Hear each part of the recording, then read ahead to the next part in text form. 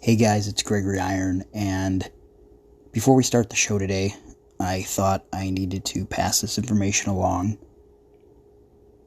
I'd like to point out that I have recorded and re-recorded this intro, trying to find the correct words to say here. I feel like I've done this far too many times on the show in the last year, and each and every time, it doesn't get any easier.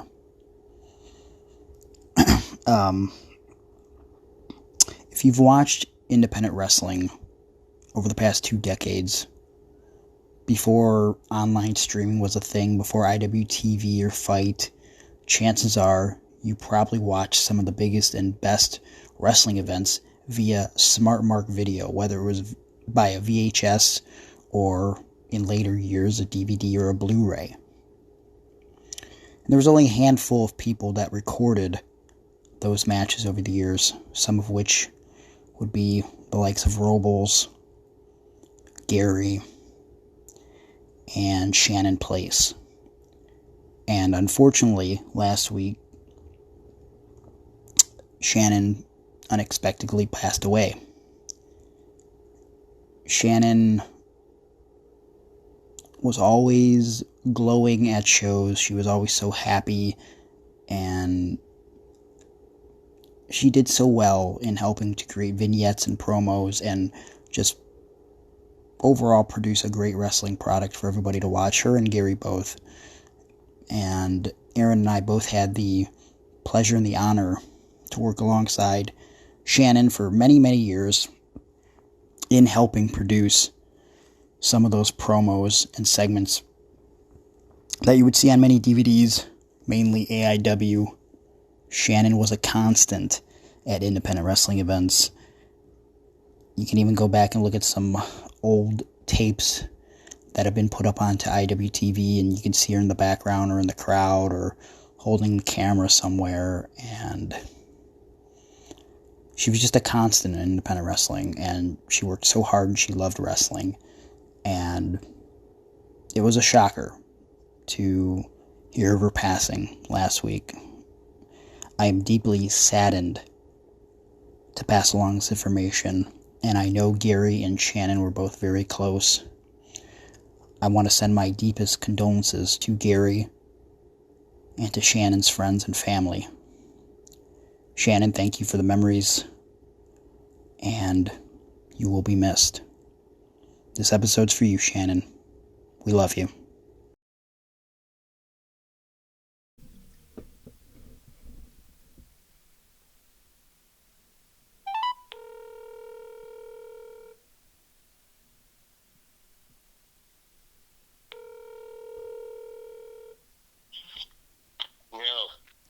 Hello, Dad.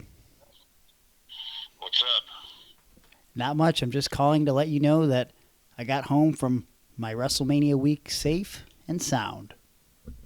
Yeah? Yes, no need to worry anymore. I'm okay. I wasn't worried. What? Why wouldn't you be worried about me? I was on a plane. Planes can be scary, you know. Listen, I've been on planes before, too, so no big deal. Yeah, the plane. You remember that? Yeah, you look just like them. That's very insulting. Jesus. God, dude. Did you get your car? I've got my car, yes. The door wasn't open, so I made sure to just jimmy up the window and got right in, got my keys. You know what? Let me fucking catch you coming into that house, and I'll beat your ass. Why are you talking to me that way? Because it's not your fucking house. I know damn well Jordan got in. He wasn't there when I was there. That's why I had to, You're a fucking liar. I'm not lying. I wouldn't lie to you about that. Well, let me tell you what. If I find out you did that, your ass is grass. I'm telling you, I did that. You won't be my son no more. You won't come around. Wait, I don't what? want to talk to you no more. You're gonna disown me over that? Fucking ain't right. It's not your house. Do I come over to your house and break in? You can if you want. I mean, I don't know what you want to take. There ain't nothing in that fucking dump that I want. I'll tell you what, Dad. My 1, 2, 3 kid Hasbro action figure is worth in excess of $300. Okay, now Who gives a fuck about that? I'm letting you know. If you were to break in my house, you got at least $300 waiting for you. So I'll give you the address. Big You come over. You try fucking to break in. Take that 123 kid. You see what I happens, don't pal. want none of your shit. Hey, I got the smoking guns too. Big fucking deal. Atom bomb. All right, I'm driving. I gotta go. I wanted to tell you about my WrestleMania week. It was fine. Let me talk to you later. Wait, All right? that's not my what? I didn't tell No. you, but I didn't tell you about my week. I'm going home. I'm driving. No. Get off the phone. Goodbye. I'll talk to you later. Can I call you back? See ya. Can I call you back in a little bit then? Or okay, Jesus, didn't even say I love you. All right, gonna disown me for going in the side window. You didn't even get to give him a kiss. I know, it's unfortunate. Well, I'll call him back in a little bit, but until then, I guess we got to start the show. Initiating podcast download.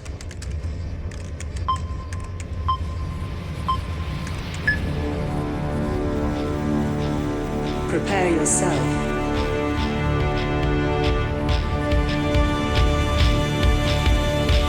Put on your spandex. Lace up your boots. Wrap your wrists. Hide your razor blade. Head to gorilla position.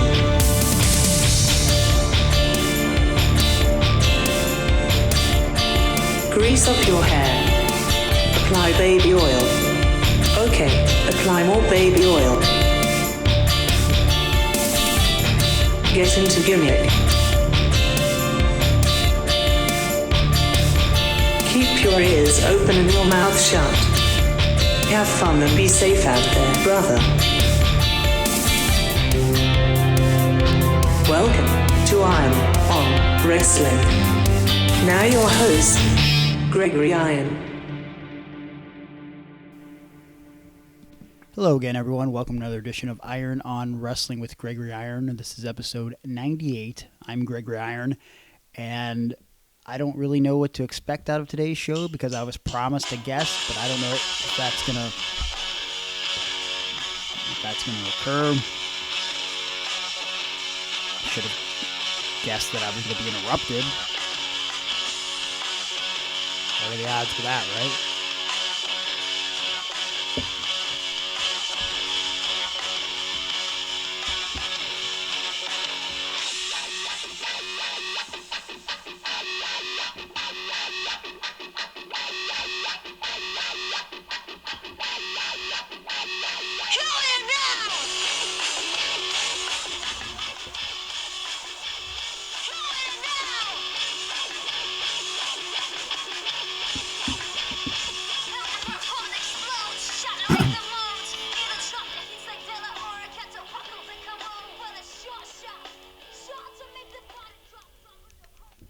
Pardon the interruption.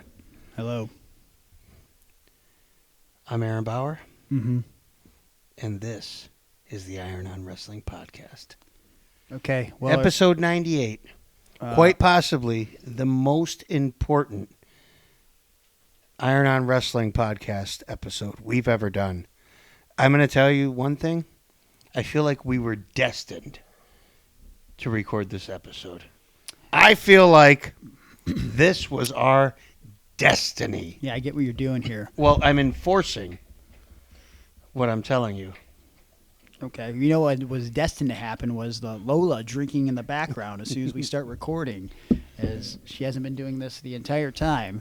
But nonetheless, you have promised that today we will have in studio a man that we've talked about since the beginning of this podcast, since episode 1, your former trainer, Rod Destiny, the enforcer, the man behind Power Team USA. He's going to be in studio today, supposedly. He's not here yet, so we'll see what happens. Well, he's never late. Well, he's got a little bit of time, so we'll see if he makes it. All right. We'll get ready to start chanting USA. Okay. How was your WrestleMania week? Oh, it was a week. Yeah. Yeah, I'm glad it was last week. I'm glad it was over. Mm-hmm. Did you watch the Granddaddy of them all? Yes, it took me some time, but yeah. Okay. I fell asleep during night one. I got up the second day and finished watching it, and then I fell asleep during night two. Okay. And I got up and watched. Was it because of the quality in your mind, or was it because you're just an old man? I think it's a combination of both. Okay, well... I just wasn't really that into the first night. Okay. And then when I watched the second night, I didn't know if I was really that into it either. But then when I rewatched it today, I found myself really enjoying night 2 of WrestleMania. Okay. Well, you know what? We will talk about WrestleMania in its entirety exclusively for Patreon in just a little bit. We will cover both nights and we'll give our honest opinions on that. But you can only hear it on patreon.com/irononwrestling starting at the $3 level, which is where we offer not only a follow back on social media from both Aaron and I, but you get exclusive bonus episodes. That's right. Every bonus episode we've ever done, which is nearing 100 episodes just on Patreon, you get those starting at $3. You go up to $5. You're going to get all the bonus video that we do along with that, which includes full events, little bonus videos from old matches of mine, old matches of Aaron's, full events from back when Rod Destiny was around, running hot and heavy back in the day. We put some of those up on Patreon. Of course, we also have the Zoom chat, which we do once a month, which will be coming up near the end of this month. So if you'd like to get in on that, go to patreon.com/irononwrestling, $9 tier. You can pick a bonus podcast subject, which is how we come up with the bonus podcast subjects. You give it to us. So that's pretty cool. There's a bunch of other tiers that you can sign up for, including, but not limited to, the $20 and up tier, in which you can get something in the mail from us each and every month, which will be coming this month in April. And then, of course, the next time will be in June. So if you want to get in on that, you got to sign up before the month ends. Patreon.com/irononwrestling. Like I said, WrestleMania review coming for you only on Patreon in just a little while. But until then, I want to tell you how my WrestleMania week started. Now, if you listened last week, you know that I am an actual moron, and I left my wrestling gear about 3.5 hours away from my house near Dayton, Ohio, at a show that I performed at. And I obviously needed my gear before I traveled to Tampa for my week with GCW and various wrestling events in the area of WrestleMania. So my Wednesday was pretty tough. I got my second vaccination shot the day before.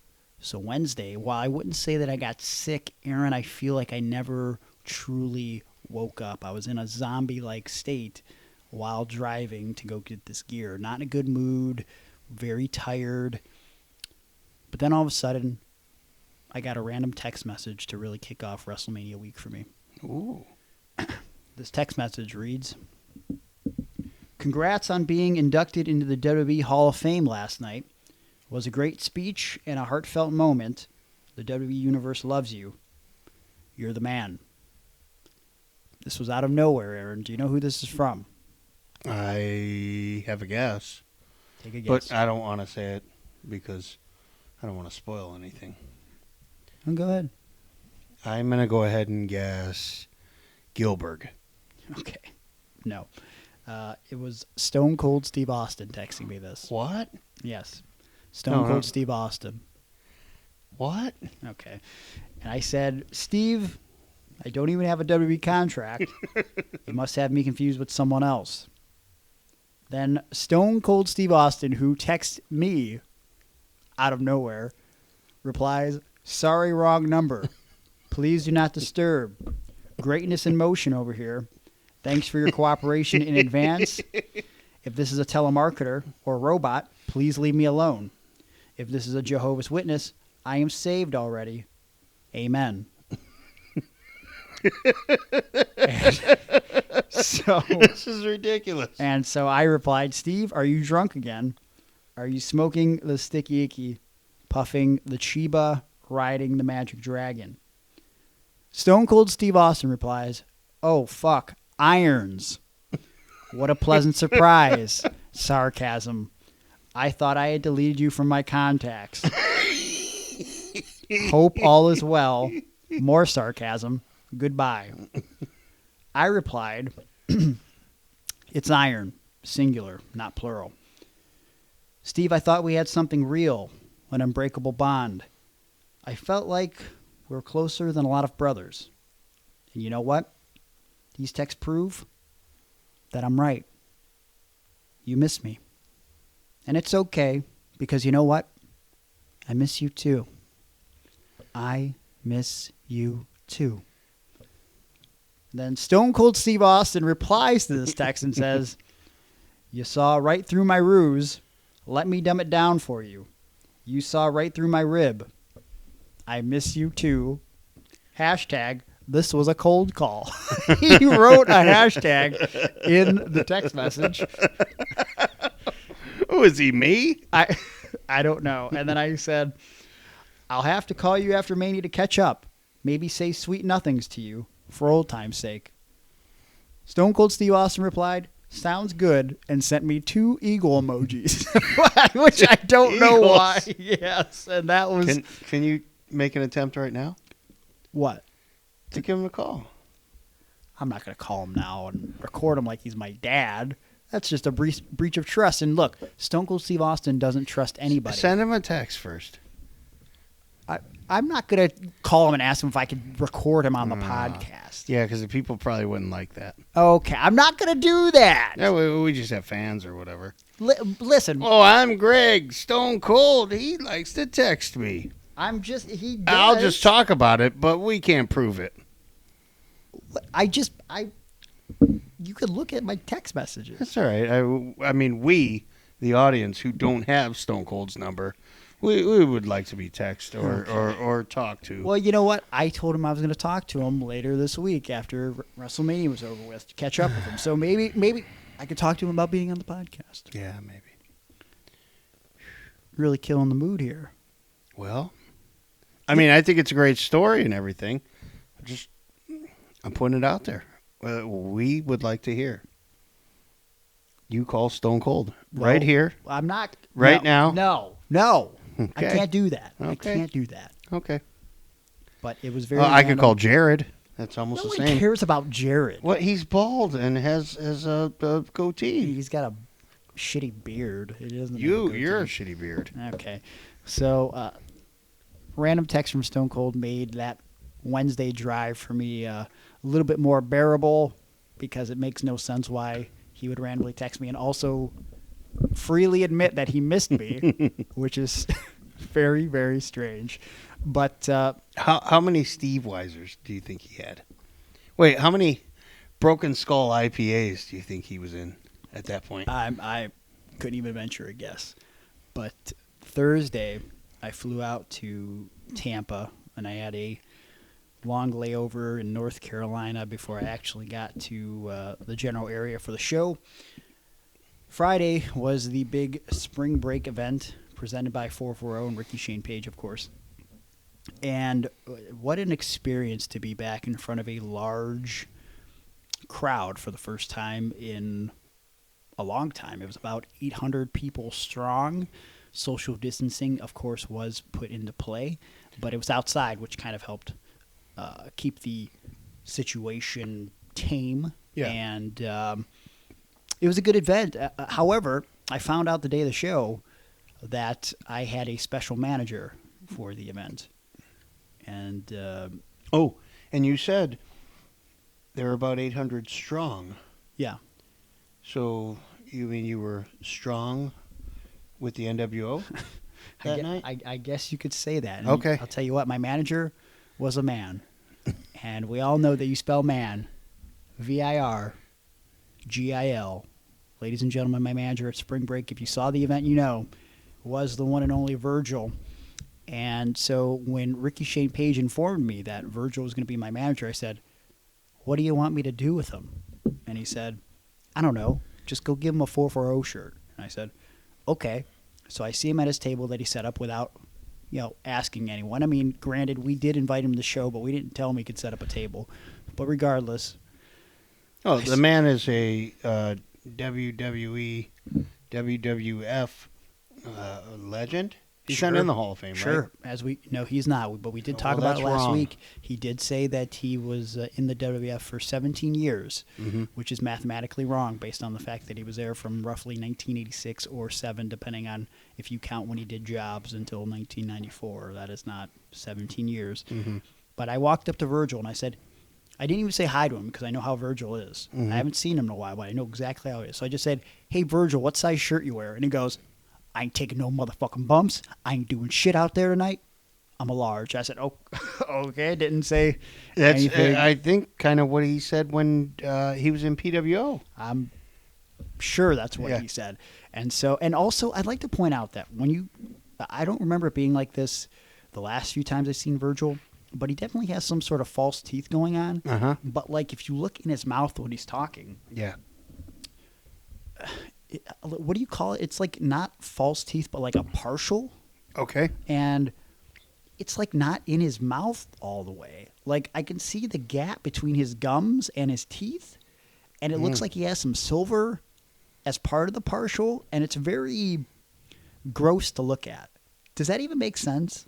Kind of. I think I know what you're talking about. Okay, it's very weird. So I give him this 440 shirt, and well, before I could even take it back to him, so he just leaves me alone. He walks up to the table in which I'm standing at, and he said, what fucking size shirts you got? I said, well, all sizes, but you want a large, so I'm looking for a large. He said, I'll tell you something. Back in my day, I was a fucking badass. I'm still a fucking badass. I broke 190 femurs. And I said, what? And he said, 190 femurs. That was just in college. I broke 90 in high school. And I was like, oh, okay. And then he said, I broke 10 when I got to the WWF. Motherfuckers were scared of me.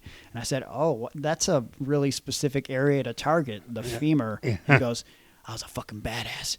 I learned all the best shit from Tito Santana, Rick Martel. I was like, oh, yeah. Strike Force. I said, I love Rick Martel. He's like, he's a fucking man. I love fucking Rick Martel, too. And I said, well, that's a weird way to say that. But okay, I said, and then I tried to change the subject. I said, Virgil, legitimately, one of the best moments of my childhood was when you beat Ted DiBiase for the $1 Million Championship at SummerSlam 1991. He's like, I know it was one of the best moments of your childhood. I know, motherfucker. And I was like, okay. And then he goes, you know what? I once wrestled Stone Cold Steve Austin, which is not true. But he follows that up by saying like,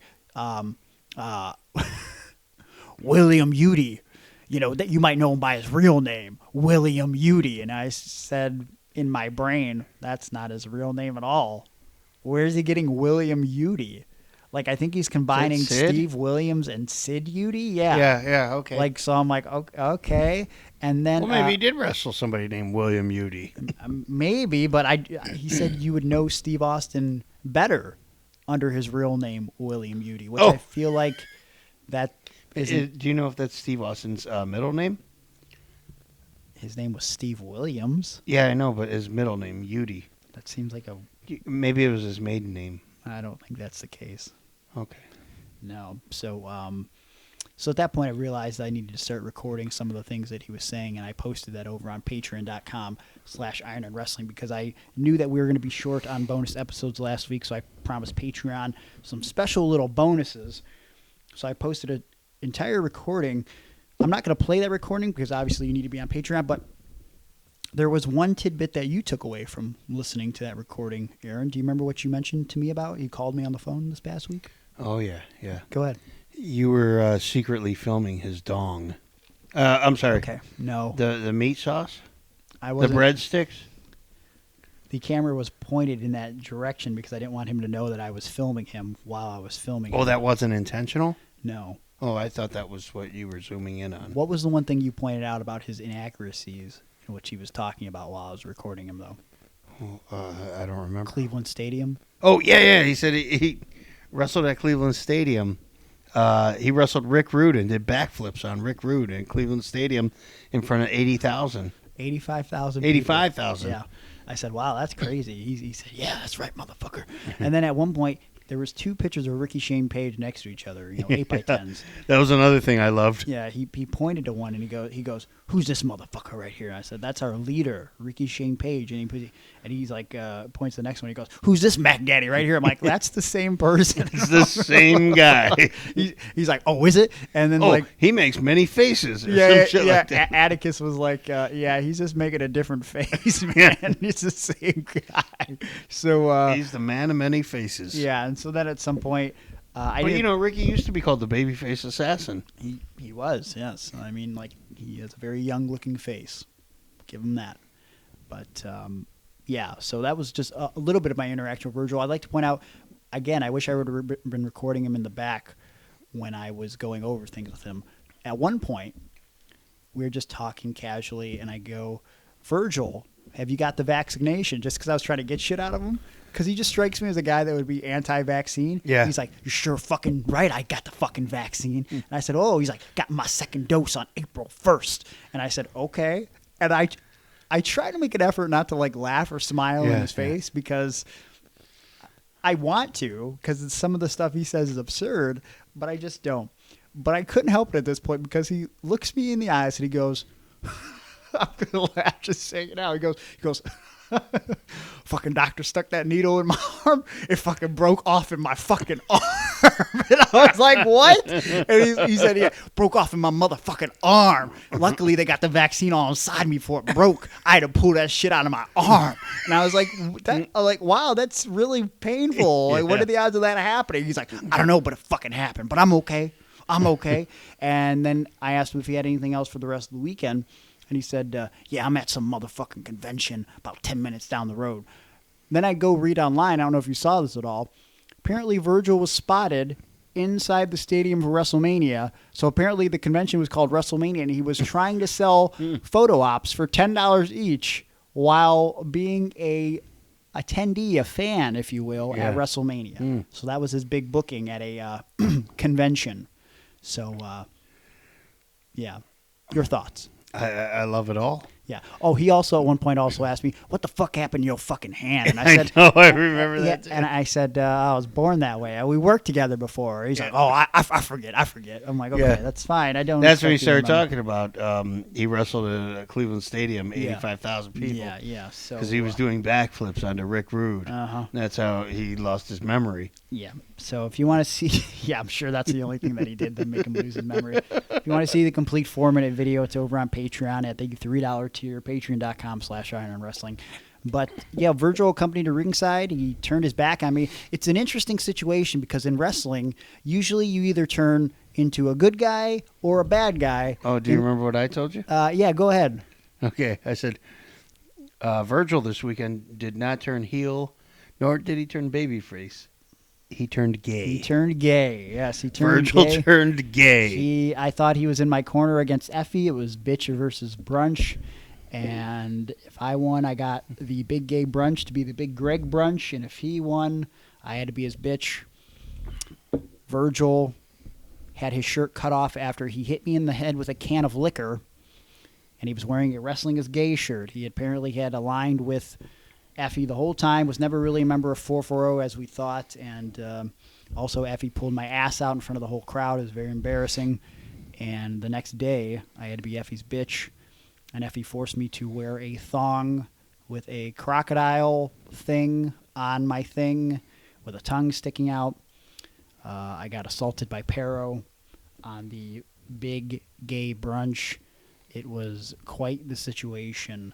But if you missed any of those GCW events, you should go back and watch them over on Fight. I believe they have a whole package that you can buy where you can see all the events, or you could just buy a couple. They're $20 each. You'll see Ricky Shane Page versus Nick Gage, which was just a war. John Moxley made a surprise appearance after it was all said and done. It just, the atmosphere at Spring Break, it was incredible. Atticus Cogar versus Masada in what some people have been building a dream match. They've been, well, I was going to say they have, but Atticus has been building this up for a couple years now and finally did the skewer match between the two of them. Bobby Beverly and Eric Ryan took on Iron Beast in a losing effort, but it was a physically impressive match. In general, it was a good weekend of shows. for the 440 boys. They got all over the place, including ICW. I did some stuff with Atticus there, and I had a show on Sunday that got canceled, but it was okay because I could sit down and I could enjoy in its entirety the second night of WrestleMania. I watched the first night, the morning of night 2, but I think, exclusive for Patreon, we should talk about WrestleMania. How do you feel about that? I'm not into it at all. Okay, well... Nope, I'm done. Oh, all right, well, that was a short podcast. I mean... Yep. Hey, thanks, everybody, for listening. You ready to do the kiss? No, I'm not. No? Okay. I think we should Are we going to talk about WrestleMania? Yeah, let's talk about it. Hey, look, it's Greg. We went so long with WrestleMania 37 over on Patreon that we had to cut it out of this extended episode. Yeah, we talked for like 60 minutes about WrestleMania 37. So if you want to hear our review of the show, you got to go to patreon.com/irononwrestling, starting at $3. That's how you'll hear that and a buttload of bonus content. I know how much effort and passion that we're putting into this podcast, so give it a shot. Patreon.com/irononwrestling. Did I mention you can get a follow back from Aaron and I on social media? Anyways, enough about Patreon. I want to talk to you about the Eddie Only Tip Hotline. We've been getting a lot of good tips coming in, and we're going to go to those in just a second. And if you, by the way, have a tip, or if you've seen Eddie Only, if you have any information at all, I want you to call the Eddie Only Hotline at 440-296-9242. That's 440-296-9242. I'm going to play you some of the latest tips from the Eddie Only Hotline. But before we go to those tips, I want to give you some tips because I taught myself a thing or two this past weekend. I learned some things about myself. You know what I learned? I learned that at Effie's Big Gay Brunch, I look really good in a thong. And not all guys can say that. Do you know why I can say that specifically? Because I took the time to use my lawnmower 3.0 from Manscaped before I had to wear that thong that Effie thought was going to be quite the joke and embarrassment. But you know what? Joke's on you, Effie, because I wasn't embarrassed at all. Because of Manscaped, which, by the way, is trusted by over 2 million men worldwide, I didn't even have to worry about my family jewels popping out, because if they did, I knew that they were going to be hairless and abrasion-free. No cuts, no scratches, no nicks, no nothing. There was no chance I was going to hurt my balls. With the redesigned electric trimmer from Manscaped, that being the Lawnmower 3.0, its cutting-edge ceramic blade reduces grooming accidents, and that's thanks to the advanced skin-safe technology pioneered by Manscaped. And you know what? How much time do you have to shave your balls? Doesn't matter. You can take all the time in the world, or up to 90 minutes, because that's how long your battery will last you. And you know what? You want to shave in the shower? Go ahead, because this thing is waterproof. That's what I did. You want to turn the lights out? That's cool too, because it's got an LED light which illuminates grooming areas. And the upgraded 7,000 RPM quiet stroke technology makes sure that it's not only strong cut, but it's quiet too. And let's not forget that it comes with a charging stand. And by the way, when you order the Lawnmower 3.0, you're not just going to get the patented lawnmower, you're also going to get the ball toner and the ball deodorant. Think about it. Your armpits, if you don't put deodorant on it, it smells pretty shitty. Imagine how shitty your balls could smell, especially when it's located by the area in which the shit comes out. You want to make sure you're smelling good down there, especially if you have a mate. I mean, over 80% of mates prefer someone with a finely groomed testicle area. Trim that junk of yours. Don't do your dong wrong. You gotta try Manscaped. And while you're at it, perhaps maybe you should try their refined cologne. It's a signature scent made by Manscaped, and this stuff is legit. It's light, approachable, and gentlemanly in all the right ways. And in fact, you know what? Maybe you're thinking to yourself, well, I don't want to use some sort of product with a bunch of chemicals and all that nonsense in it. Well, I gotta tell you, this 50 milliliter spray cologne is even hypoallergenic, cruelty-free, dye-free, and 100% vegan. And it comes in a beautifully designed glass bottle that makes a statement and that manly scent is attractive. It's going to set the mood for man, woman, whoever you're with. They're going to love it. And you know what? Just for listening to Iron on Wrestling, we're going to help you save 20% and get free shipping. All you got to do is use our promo code PARDON. That's PARDON, PARDON. And you're going to save 20% off and get free shipping. Like I said, don't do your dong wrong. Try Manscaped. It's the right thing to do. With that being said, let's go to some tips from the Eddie Only hotline. And when we come back from our commercials, hopefully in studio, we're going to have the man, the myth, the legend, the enforcer, Rod Destiny.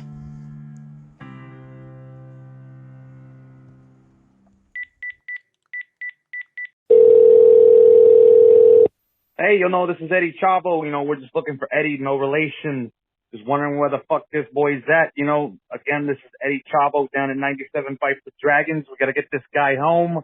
We got to figure out where he's at. We got to see if his mental's all right. And hopefully he didn't, get a stroke, along the way. So hopefully we can get him back. We can get him back here, with some marshmallows, get him some nice TV time, get him some beers, some brews, some bongs, and whatever he needs, okay? Bring back Eddie, boys. This is the fucking Boulevard Bullies, and I saw Eddie Only in the corner drinking a fucking beer, and that's the last I seen of him. And I don't know if we'll ever see Eddie Only again. Fucking piece of shit. Oh yeah, RSP. I know where Eddie Only is, baby. He's in Florida. He's training at the Performance Center. He shaved his hair. He shaved his mustache. He's getting ready for NXT, baby. Oh, hell yeah. If you're in the pro wrestling or entertainment industry, you probably realize how important it is to have merchandise. Not only does it help you when it comes to bringing in additional revenue for yourself, but the look and feel of merch is a representation of the brand you're building. So you definitely don't want it to suck. Now you're probably asking yourself, well, where can I find a reliable and reputable artist that'll make me a solid t-shirt or pin design that'll make me look and feel like a superstar? Well, I've got the answer for you.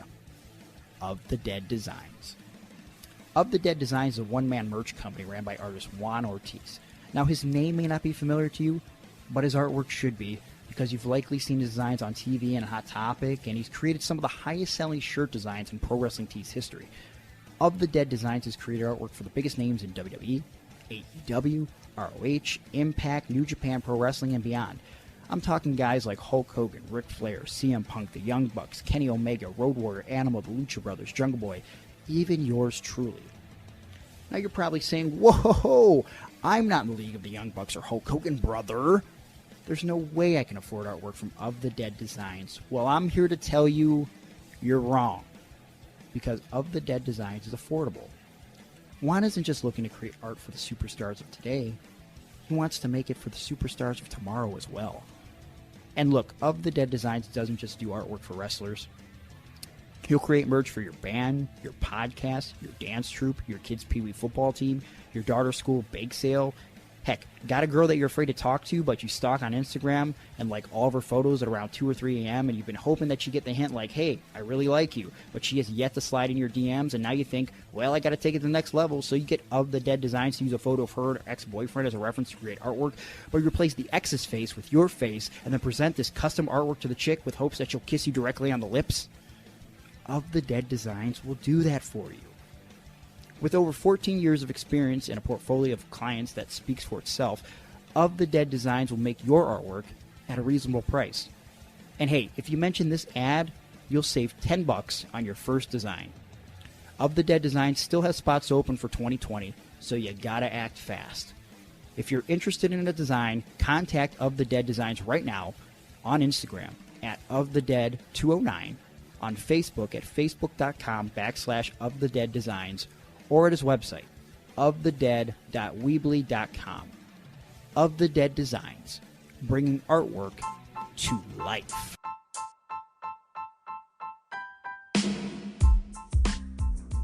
We will return to the Iron on Wrestling podcast in just a moment, but I wanted to take a couple minutes of this time to let you guys know that if you didn't realize it already, Iron on Wrestling is a DIY project. That's right, I'm recording all of this myself. I'm editing it in-house all by myself. I'm coming up with the segments and the content, and I'm making sure that each and every Wednesday, by investing countless hours of my personal time, you guys have a new, unique, and entertaining episode blasting into your ear holes. So I hope you don't mind that for a few minutes each episode, you have to deal with a little bit of advertising. Because, quite frankly, I gotta pay those bills somehow. But you know, I don't just pick anyone to be an advertiser on the podcast. When I choose an advertiser for the show, I want to make sure that it's someone that can bring you, the listener, value. I often talk about Of the Dead Designs and my good buddy Juan Ortiz, who can create you a unique logo or t-shirt design for your personal brand. But once that t-shirt design is made, who's going to print it for you? Well, that's where Jesse Massey and SBS Printing comes in. Jesse is a good friend of mine, and much like me in this podcast, he's DIY. For over 10 years, Jesse has been printing t-shirts and hoodies in the comfort of his own home, and he's been the official t-shirt printer for guys like myself, Atticus Koger, Eddie Only, Ricky Shane Page, basically all the 440 guys. My favorite thing about Jesse Massey is the quick turnaround time. When I go to Jesse and I need a shirt design printed right away, I know that he'll have it ready for me within 3 to 5 days, sometimes even quicker. And on top of that, he's affordable. Jesse and SBS can print one color shirt designs for as low as $5. $5. Where are you going to find another deal like that? Now you're probably thinking at a price like that, there's no way these could be quality, long-lasting prints. Wrong! They're super high quality and they're going to last you a lifetime. Jesse and SBS can print you t-shirts, zip-up hoodies, sweaters, and so much more. I encourage you to hit up Jesse right now. Shoot him an email at antisepticmaxrock@gmail.com. That's ANTISEPTIC maxrock@gmail.com. With Jesse Massey and SBS, you're going to get the best. That's no BS.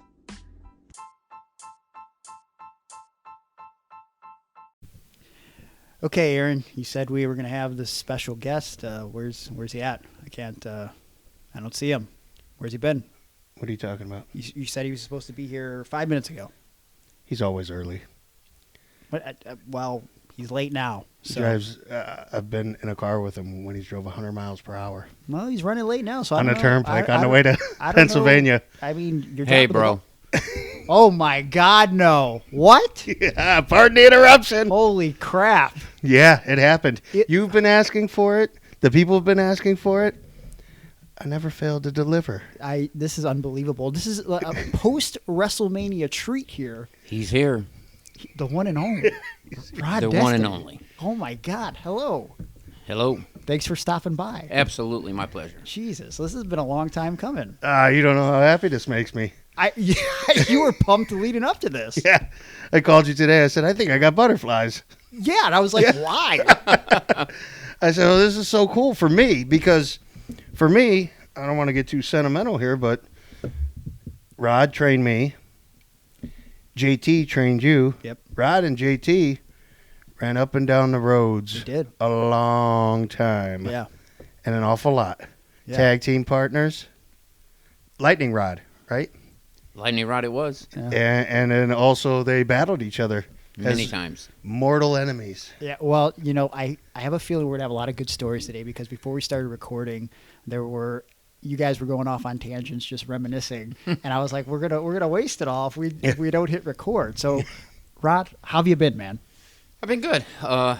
just enjoying life and taking it day by day. Whatever comes my way, we handle. Trying to catch up with Aaron to reminisce on some old good times and meeting you. Yeah. It's going good. How you been? I'm okay.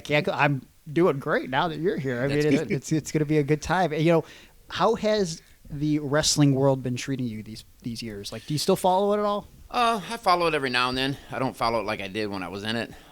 Just the product has changed so much. For sure. And I was in it when it was old school compared to now. We was in it when it was pro wrestling. You know what I mean? Not entertainment. Sure. So you went out there and you did your best, you know, what you could against your opponent. And now it's pretty much entertainment, and, you know, you're told what to say and on your interviews and your promos and stuff like that. So really, I mean, there's a huge difference to me between pro wrestling and entertainment. Yeah. You know, so, I mean, you're doing pretty much similar thing, entertaining the crowd, but there's a shoot. Right, So- absolutely. What do you watch when you do watch something? Do you watch AEW? I called AEW a couple times, but normally what I do watch is MLW. Oh, Okay. okay. Yeah, Yeah. we know it. So what do you like about MLW? Well, I mean, I like, you know what I mean? You got Jacob Fatu over there. You know, he just brings you back to old school, the way it used to be. With, you know, you see him, you think of, well, his dad. Yeah. You know, and then, you know, Jimmy Snuka and the Samoans and stuff like that. So, not too many gimmicks today reminisce of like the older gimmicks. Right. You know, so you got to have good gimmicks to keep everything fresh, to keep everything going. Absolutely. You know, to keep everybody's attention onto it. So You broke into wrestling in the 90s, right? I broke in and I started training in 1989. Oh, wow. I did you Yeah. Okay. So before we talk about that, what are your first memories of pro wrestling growing up? You grew up in what area? I grew up in Lorain County. Okay. So tell me your first memories of pro wrestling. Well, it's kind of weird because I used to go to the convention center downtown Cleveland when I was like 8, 9 years old. My brother used to take me down there, so we'd go down there, and that's when Georgia Championship Wrestling used to be down there. Yeah. And then Georgia became WCW. So, but my first memories was of a guy, Tommy Wildfire Rich. Yes. So back then he was the hottest thing on the market. He was Hulk Hogan before Hulk Hogan became Hulk Hogan. So I used to go down there and watch Georgia Championship Wrestling, and to me that was wrestling. There will never be ever duplicated again. So anyways, went down there, watched him, and I became a fan instantly. You know, 8, 9-year-old kid, and I'm like, I told my brother one day, I said, hey, I'm gonna fight him one day. I'm gonna fight him one day. And he's like, okay, yeah, okay, you know, well, I'm 8, 9 years old, and I'm saying this, and he just blew me off. Well, it came to fruition. So it was like a dream come true. Yeah. So, I mean, not too many people can say that. For sure. Like that's the beautiful thing about wrestling and getting involved in this business. Even if you don't make $1 million, once you get there, like if it ends for me tomorrow, I've had so many life experiences. Aaron, you could say the same thing that you look back on. And I think when you get into wrestling, I know for me personally, it's like I had a chip on my shoulder, and I always told people like I'm going to do this and that. But when you do it, you almost have to step outside of yourself and go, holy shit, I'm really doing that. And Exactly. I got to imagine once you get to battle Tommy Rich, I mean, that's a pretty incredible life moment. Well, yeah, that was a former world champion. Yeah. You know, and just from being around him, you know, we became really good friends. Just from being around him, to listen to him, to watch the way he moves, the way he does everything, you can learn so much. You know what I mean? Because in this business, you got to be a sponge. So you got to take everything in, because the day that you quit learning is the day that you're done. Because there's so much to learn every single day, every single match, every single week. Yeah. So, but yeah, so getting back to Tommy Rich, so it did come to fruition that ended up being really good friends, and wrestled him numerous times. Yeah. So it was a good experience. How did you actually break into wrestling in 1989? I broke into wrestling.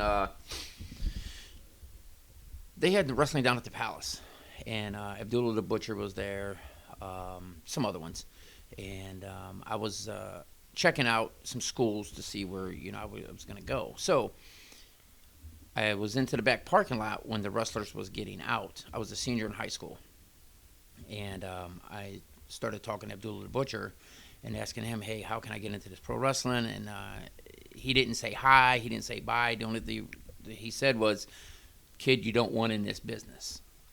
And I said, well, I do want in this business. And he said, no, kid, I'm not telling you how to get in this business. Stay away from it. Well, being, something that you've seen that you want to do, if you put your mind to it, you can do anything. So I said, okay, well, I said, if you don't help me out, then I'm going to go somewhere else that somebody will help me out. If you can't, give me some advice. He said, well, I'm giving you advice, stay away. He said, but if you're that adamant on being in this business, and he gave me a couple numbers. One number was Rod Price. So went back. There was a gym up in South Lorraine, and there was a guy named Jim Wittenberg. Okay. That was in South Lorraine. He had a gym, and he had a pro wrestling ring there and stuff like that. So, Greg, do you remember me telling you about Jim Wittenberg? And you said you didn't know the name. I remember you mentioning the name. Yeah. Okay. So when I first went, this was the time I called when they had the commercial on Nitro. Okay. And the first person I saw up there was Rod. He was under a hood. Oh, okay. You were the unknown rebel, the unknown right? Rebel. Yeah. And there was no pads or nothing out, No. and Rob was practicing like topes. Yeah, there was no pads. It was all strictly plywood. I was like, What the hell? What the fuck is going on? So crazy. And Wittenberg walks out from his like office area or whatever, Yeah, and he's on crutches. He had broke his leg, and I was like, "This guy's the fucking guy that trains me." So that was short lived. Yeah. And so then got a hold of Rod, and everything. Who is Rod Price? Rod Price was from Texas. Okay.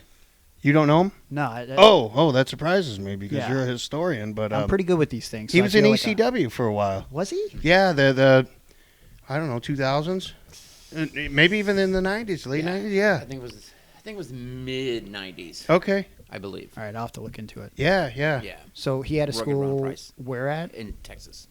Okay. USWA, right? I should definitely know him then. I Yeah, love he USWA. was on ESPN all the time. I told you I used to come home 4 o'clock. Okay.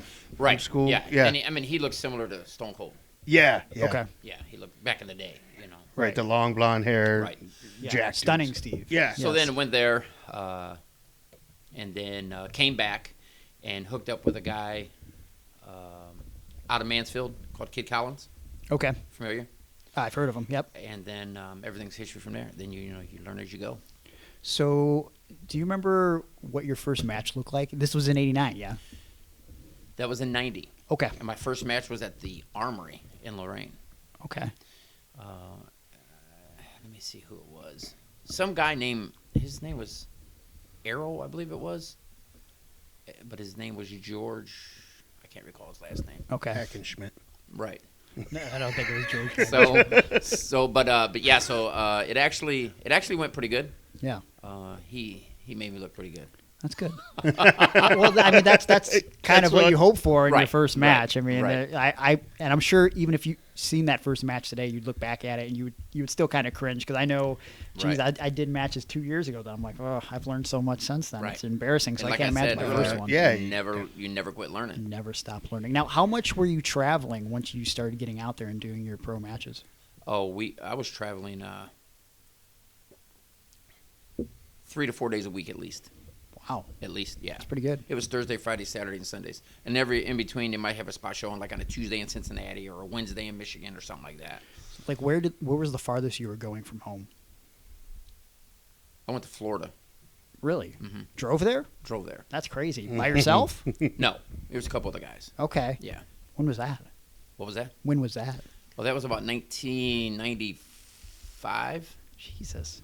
Man, you got around. 4, something like that. That's a I want to long say time. there was a time in 97 or 98. You went to Alabama and wrestled Iceman King Parsons. Iceman Is King that- Parsons, that's it. Yeah. Oh, wow. Yeah. Do you know Yeah, that no, name, I know- right? yeah, I know Yeah. Iceman King Yeah. Parsons, yeah. Wow, that's crazy. Yeah, it's a lot of miles on the roads. That's what it's all about, though. Oh, yeah, You got to that's put what in it's those all about. miles. Yeah. So, at what point do you come into contact with Aaron? I mean, you kind of just brought it up, but do you remember the first time you met Aaron? Yes, I do. Tell me Absolutely. I remember. Matter of fact, well, the first time that I think I met Aaron, but I might be wrong in this, but he was working security at the Renaissance. Yeah, hotel room. Yeah, hotel. Yes, that's the first time that I met him. Okay. And then I believe, but it could have been that first night. Well, it was that night, but we didn't really meet because you were under a hood and you were keeping kayfabe. Right. Okay. You know, he told me, he said, we end up shaking hands at the end because I told you Jim had Wally and Gmo bring me in because I bumped with them. Oh. And he had them bring me into his office and sit down. Like it was like mafia style or something. Right. And he was the godfather. And he's like, yeah, you know, we see a lot of potential in you. You're real good. And I thought, I was the worst. I was so bad. I mean, and really, you got to take it from who it's coming from, too. Well, and then he told me, I could train you for $3,000. And I was like, well, that's why you think I have so much potential. Exactly. I can tell you all day long, hey, you're good, you're good, you're good. Just show me the money. No. But when I decided against going there, and then I met you in a hotel that day. Right. And you brought in Tommy. Tommy. Yeah, Tommy Wildfire Rich. Yeah. And because that was my favorite at the time, too. Right. But my favorite version of Tommy was the ECW version he was doing at the time. Oh, yeah. That's good stuff. Yeah, the full-blooded Italian Big Don. The Big Don, yeah. So you were already promoting shows when you meet Aaron? Or no? Yes, I was. Yeah, you were with KC. I was with some other folks. We was doing shows in Galleon, Mansfield, and Lorraine. How did you transition into promoting from just wrestling? Well, because that's scary. I can't imagine ever promoting a show myself. I mean, it is. Plus, there's a lot of work when you got to set everything up, make sure everything's good. You got to call everybody. You got to get everybody's tickets. If you're flying them in, you got to get their plane tickets. Mm-hmm. Actually, it's pretty easy for me because I'm like nonstop. I just go. You know what I mean? So the time frame and the time put into it wasn't nothing. But I've always been a risk taker. So yeah, I mean, it just come natural to me. Yeah. So, but yeah, it just really come natural because I'm like, hey, might as well promote them if I'm gonna be here. Sure. I'll just do it, you know. What would you say is the biggest show you promoted before meeting Aaron? I would say, well, in Galleon, Ohio, we had about 700 people, I think it was. And then I came up here to Lorraine and started promoting by myself in the hometown. And I think the biggest show I had up here was 1,400 or 1,500 people. Holy shit. Had Sabu, Bobby Duncombe Jr., Tommy Rich, Little Guido, Tracy Smothers. That's awesome. Matter of fact, we was all in ECW the night before. Okay. Mm-hmm. You were there too? Because I used to book. No. Okay. I used to book them on their. I used to run shows on Sundays, so whenever they do TV, then Sabu would come by, pick me up. We'd roll a PA wherever they're doing the TV at, and then the next night I would bring them all back because I'd get them cheap. Yeah. So, and then but that was one of the biggest shows that I've done. Okay. So where does the interaction become a thing where you guys start promoting shows together? Well, it was for me, like Rod said, you know what we should do? One, I could train you. Because Tommy at breakfast, me and Tommy went to breakfast the one day. And Tommy was like, somebody say something about getting this boy trained. He said, I sat up all night with him talking wrestling. He's smart. You'd be smart if you got into business with him. Train him. And you were like, okay, yeah, give me a call tomorrow. And I called you, and then you were like, yeah, just stop by. We'll watch some wrestling, and I'll ask you some questions. And the questions were, did I want to go halves on a ring with him, or did we just want to build a ring? Now, so here's my question. And I'll train you in that ring. So did you see something in Aaron when you thought that, or was this one of those situations where you thought this could have been anyone, and you were just trying to get some help in like promoting the shows and like doing something maybe bigger and better promotion-wise? No, absolutely. I've seen something in Aaron. He was good on the mic, and he had a passion for pro wrestling. And really, you should, if you're in this business, you should just incorporate yourself with people with just that passion, because if not, then you'll get pulled away from it. And I seen that Aaron had the passion for pro wrestling. He loved it just as much as I did. Yeah. So I'm like, hey, this is a perfect fit. Yeah. And it was for years and years and years, because we did some really good programs together. Yeah. And I didn't mean, I didn't have a problem, being the heel, Because a lot of times when dudes get in, you know this, everybody thinks they're going to be Hulk Hogan. Right. So they don't ever want to lose. They don't ever want to get show their ass. For me, I was like, here, let me strip naked all day. Pull my butt cheeks out right now. Don't care. But and then at one point, so Rod says, yeah, do you want to buy a ring together or build one? And I said, I don't know anything. How would I build a ring? Where do you start? I said, who knows how to do that? He was like, I do. And I was like, what? You know how to build a ring? He's like, oh, it's easy. And he sat down in my apartment. I don't know if you remember. I had that little one-bedroom apartment that had no windows in it. Yep. And it cost $125 a month to rent out because it was just like a closet. Okay. Rod came over, sat down, got his notebook paper, and he just drew, like the ring. And then he wrote well, these are the steel beams, and this is the plywood that we need. And I got this guy that will do welding. And I said, it's that easy? He's like, yeah. So we show up. He's like, yeah, bro. So we show up he goes, let's go get this shit welded. We end up in the fucking ghetto, dude. Some ghetto hillbilly. Junkyard, yes. And I was like, where are you taking me to? People were buried there. Right. That's where bodies were. Yeah. And he's like, yeah, I got this guy. And also, do you need a cable box that's rigged so that you get all the channels? Because this guy does that also. Randomly. Yeah. Right. Do you need a stolen bicycle? I mean, it's not stolen, but it's not mine. But and I could get you a car also. $700. This is awesome. A lot of good deals here. Right. It's great. So you guys end up building the ring.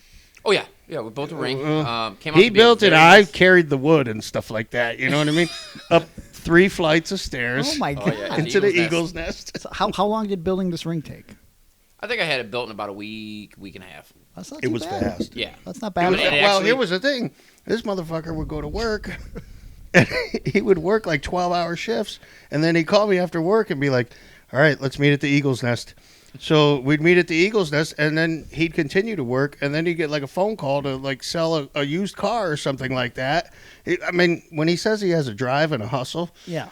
I'm telling you, that's a real thing. Sure. Something that I could never, I don't even know how. There's not enough hours in the day. Yeah. Yeah, you got to make them hours, though. Yeah. If you wanted, just like I had the passion. Yeah. You got to have that passion. You got to want it. You know what I mean? And I did. I didn't care what it took. If it took 23 out of 24 hours, I was right there. That's crazy. But we built a ring, and came out to be a super nice ring. Everybody loved it. Yeah. Samu, the head shrinkers, came and said, this is the best bumping ring I've ever been in. Wow. All of them. Sabu, Tommy, they all, man, this is a nice ring. This is a nice ring. That's cool. Only if they knew where it came from. Right. Yeah. No shit. Jeez, trust me, I've been in some shitty rings. You remember the PWO ring? Do you remember Resolution where it just broke? Yeah. So we were wrestling in this ring for a long time where the promoter, Wally, Juggernaut, I'm sure we'll get some Juggernaut stories here. He knew that it needed to be welded. Okay? The ring is falling apart, and we're doing this big show down at the Nautica Pavilion, and luckily it broke during this match, because if it was two skinny fucks or like me in there and something and it broke, it would have looked ridiculous. But Bane, you remember Bane, he was wrestling Widowmaker. He was wrestling Rhino, and they just happened to do a spot where Bane whipped Rhino into the rope and the rope broke, and then instantly out of instinct Rhino grabs the rope and he just starts beating Bane's ass with it, and the crowd goes crazy because now they're used to these ring breaks happening in wrestling, so they think we set it up. Right. But it was not set up. It was just good timing, and then Wally did some shit to rig the ring to where we could wrestle for the rest of the show. We went to intermission, and he's like, okay, the ring's fixed and good to go. And I remember some flippy guys were going out there. They're better than flippy guys, but to describe them, a team by the name of Aeroform, and they're like, we ain't doing no flips tonight. I'm like, yeah, no shit, because it was just very dangerous. But that's Wally. The worst ring. I thought you were going to say the worst wrestler. Well, we were talking about Wally. Well, right. Remember, did he ever wrestle you? Yes. Okay. Yes. And then the match I remember, and we're talking about rings breaking, so just let me go here. Sure, go ahead. We were at Wrestle Death Fest. I think that's what it's called. Lord right? Zoltan. Lord Zoltan, yeah. And so it was Rod and Casey Stryker against Wally and Gmo. Top rope. Yep, top rope broke. Gmo went right over onto his dome. And then I seen him, and I was trying not to break kayfabe, so I ran out there and started hitting him. I'm like, "Hey, are you okay?" And he's laying there. I believe I was the cameraman. And I'm laying him in. Yeah. And I was like, "Hey, let's take it home. Let's take it home." You know. It's so good. They gotta take it home, and completely broke, and he went straight over. That's and Casey Stryker, I think, was still trying to get in like a top rope elbow, and it was Yes. like, "Yo, there's no top rope." Whatever you want to call that. all right. Listen. But rest in peace, Casey Stryker. He died? Yeah. Yeah. Oh God. Oh, Am you're I breaking you're this breaking to you? the news. Breaking news. I didn't know Yeah, that. I'm sorry. Yeah. He passed Jesus. away. As well as Tony the Crow. Roger Roseberry Was that his name? was Casey Stryker. Oh, okay, that's Casey. Okay. You remember the Crow, Tony the Crow? Yep. Yep. He's gone. The only thing I really know about Tony the Crow is there's a promo on YouTube where he goes, "Hey, this is Tony the Crow. Somebody got my motherfucking belt." It is a terrible promo, but it's so ridiculous. While we're on the subject, though, I need some insight into the theater of pain because they've become stuff of legends. And we could talk about the whole trio. I mean, we got the Juggernaut, a.k.a. Wally. We have Gmo. We have Psycho Mike. Now, to give you a little backstory about my knowledge of them, before I started going to indie wrestling shows, somehow, when I was a kid, my mom came home from a bar one night. So I'm like 12 or something, and she goes, "I just met a pro wrestler today." I'm like, "Who was it? Hulk Hogan?" You know, like I was like, "Who could it be?" And she goes, "His name's Psycho Mike." Mm-hmm. And then I'm pretty sure this is how I got the photos. Now that I think about it, for a long time I had photos for no reason of Psycho Mike with his belt in this bar, but also with him and like Axe from Demolition and the Bushwhackers, and I never understood why I had these, but I think my mom brought them home from the bar. So then as I get older and I get into wrestling, Johnny Gargano's my best friend, and he shows me all these old Theater of Pain tapes with Gmo and Psycho Mike. So for me, as a guy that appreciates both incredible wrestling but also really poor wrestling, I sort of fell in love with the Theater of Pain. So tell me about your experiences with these gentlemen. Well, Mike's been around a long time. Yeah. Very long time. I don't know if he's still in it or not. I'm sure if COVID wasn't For the a right thing, price, I bet he's yeah. Right. If COVID But- wasn't a thing, I think he'd still be out there. But Mike's been around a long time. Mike's a great guy. I've wrestled him and Gmo many times. Have you beat them? Because that's a good question. I don't They're think I undefeated. did. There's I no don't way. think so. You're right. Okay. I think There's they're double undefeated. disqualification. Right. But Yeah. not only did you fight them, you were a member. I remember. What? Yeah. Yeah. It was but they called it the dark side, if I'm right. Yes. Okay. Yes. All right. So it's like the 4-man version, maybe. Exactly. Yeah. Darks. Okay. Wow. Yeah. So, but yeah, I have some pretty good memories of them, and we worked not like a regular match; it was always hardcore. So, Yeah. Barbed me and wire. JT wrestled them, I believe, a couple times together, and then me and another guy named Brett Powers was the I know Power about Team Brett USA. Powers. Yep. Yeah, we was all Power Team USA in Biff Beverly, and then we'd work. What's them he through. doing these days? I don't know. I haven't heard nothing. I heard Brett's still working. You're breaking a lot of news here, man. Jesus. I haven't talked to you about this? No. Okay. Should we sit right here, right now? You can. We worked a prison show against each other. We were in a prison, Greg and I. We wrestled in prison Yeah. multiple times. And after the show, It's a long story. I was selling on the way back, and one of the prisoners came to me. He said, I love Rod's face. I really miss wrestling. I used to wrestle. I don't know if you remember me. I remember you. And I said, I'm sorry, who are you? And he said, I was the stun gun, Biff Beverly. Wow. Oh, no. Yes. Wow. Very dark. And he said, I'm here for the next 30 years. Murder. Maybe No, we should I- mention what he... We'll Yeah, talk about yeah, it off there. yeah. Oh, God. Wow.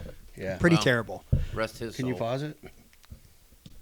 What about Gmo? Well, believe it or not, Gmo was very green when he started, okay? I mean, just like everybody, but Gmo was very green. Yeah. But Gmo became a pretty good wrestler. Yeah. Yeah, he had a pretty good wrestler. I mean, he was pretty good at what he did. One time I went to one CWA show in the last couple of years, and I I don't think Gmo wrestled nor Psycho Mike, but I did watch them baptize a little girl in the ring, and I was this is a real thing. And so what happened was, because it was a day off, and like the CWA shows have become like notoriously really, really bad because they just book untrained guys. So we had a day off, me and a couple guys, and we went to the show, and I went down in the basement at this it's the church on like off of West 65th Street. I think they used to run there a long time ago, but I go into the basement to take a shit, and I'm on my phone texting, and I'm like, I text Dick Justice, who's with me. I go, "Hey, am I missing anything?" He's like, "There's a girl, there's a girl being baptized right now in the ring." And I said, "Be right up." So I started wiping my ass as fast as possible. Probably didn't wipe it very good because I was so excited, and I ran. And right because you only have one hand. And I have one hand, yes. And so I get up there, and sure enough, Psycho Mike is in the ring with just a bottle of water and a Bible, and he's like saying a prayer. He doesn't even have a microphone. Is that his new gimmick? I don't know why it was happening, but it was a real thing that was occurring, and I was like, I love wrestling. So ridiculous. Now, what about... Wait. What? There was... I think there may have been another member of the Dark Side. Was it Lixie Sack? What did you used to call him? Do you remember? No, I don't remember. You used to call him Lickety Dick. On yeah. promos in the ring in front of children. Rod would be like, drinking. Yeah. Hey, man, different times, brother. Oh, yeah. Totally different. Talk to me about Lixie He's Sack. passed away, hasn't he? No, he's still alive. What? Wasn't he the one that broke his leg at the CWA show? Yeah. I'm pretty sure he's I dead. wonder how that happened. I'll have to send you the clip. It was... It was Silverado that passed away, isn't it? Silverado passed away. Silverado, yes. I remember him too. Remember you hitting him right in the fucking face with that shovel. Club 1148. We'll talk about that. We'll talk about that. That's when Club 1148. That's when it went down with Virgil and Mike too. We'll talk about that. So that's another story for another time. I'll have to find you the video and send it to you. I'm pretty sure I saved it on Facebook. We're going to have to do like a 3-part series or something. Right, yeah. So it goes viral because in this venue that they were running, there was a balcony. And someone had the bright idea to throw Lixie Sack off the balcony. But instead of throwing him, it was either Gmo and or Psycho Mike. Instead of throwing him, there's 2 tables set up. He kind of doesn't want to go clearly because it's sort of a long drop, and he just kind of falls over the balcony and just lands right on his leg through the table, and they instantly have to call the match, and it looks disgusting. And he was immediately posting on Facebook within like a week, like, I'll be back in the ring in 5 weeks. And I'm just like, all right, man, like, what is this dude's like 50 years old? Was he like 24 beers in? I wasn't there. I almost went to that show, and I was like, man, I really missed out. I wish I would have been there. Yeah, it would have been a highlight to see. But what do you remember about Lixie Sack? Because I just know the legend, and that he's got the tattoo on the back of his head. Right. I don't recall too much about him. I worked him a couple times, pretty stiff. But he was new. I mean, a buddy of Gmo's and Mike, so right. They let him in, and they was doing all their thing, behind closed doors, and out in the ring too. So, but I don't recall too much about Lixie Sack. What about the Juggernaut? I feel like you have some Juggernaut stories. Because then we got Wally. Okay. Then we got Wally. Well, oh boy. In his Bugs Bunny and Taz T-shirt. Exactly. Not Taz the wrestler, Taz the cartoon. Yep. So you got Wally. I've wrestled Wally numerous times. I'm sorry. Right. Me and JT together, as a matter of fact. God bless you guys. And holy shit, talking about some potatoes. Yeah. They was full of potatoes. So, I mean, anytime you get one, you gotta give it a receipt. So, and then of course that turns into a shoot. Okay. And then comes a shoot. Then comes blood. Yeah. And then comes chairs. Oh no. So, but Wally was. I think he did the right thing. It took the high road after a while because he was definitely not wrestling material. Yeah, well, I love Wally because he gave me a lot of opportunities when he was promoting shows, but sometimes I don't know if he was promoter material either. No, because I don't think he was. I think it was a great promoter. We paid you very handsomely. I think that's why you're okay with it. Right. But, Wally used to pay me $100. But like, great. I don't. And pay his workers $35. Yeah. or Right. 15. Yeah. Yeah. 35 Some guys didn't. You Right. know. Sometimes you get paid. Hey, you got a hot dog. Yeah, 35 would Hot have been a dog and a great day. handshake. And And I don't know that half a anybody wanted to handshake. shake. Yeah, nobody wanted to shake his hand. Well, I think the worst thing, like maybe it wouldn't have been so bad if we weren't on TV, but when he ended up helping get JT Cleveland All Pro Wrestling on Sportstime Ohio, and then later what became Pro Wrestling Ohio and Prime Wrestling, the problem with Wally sometimes was he was so cheap with the money that it affected TV sometimes, and then Right. like he would have his excuse would always, or his saying was either it is what it is, or because me and Johnny helped him a lot with like writing TV, and we were just kids, but like I felt like sometimes me and Johnny had more sense than Wally did. Right, And he would go, of "Guys, does everything have to make sense?" And we're like, "Kind of. It's Well, on of course, TV it's- every right, week. it's- Like, what right. do You know how many people's looking at this? Right. You got to make the best you can get. And to this day, Rod, people, when I go to other shows, like the one that sticks out to me that pisses me off the most is right before COVID, I was booked in Oakland, and I had a line of people that wanted to meet me, and literally like 15 people remembered me from being on Sports Time Ohio because the reach of the television show went all over the country if you Right. had a satellite dish.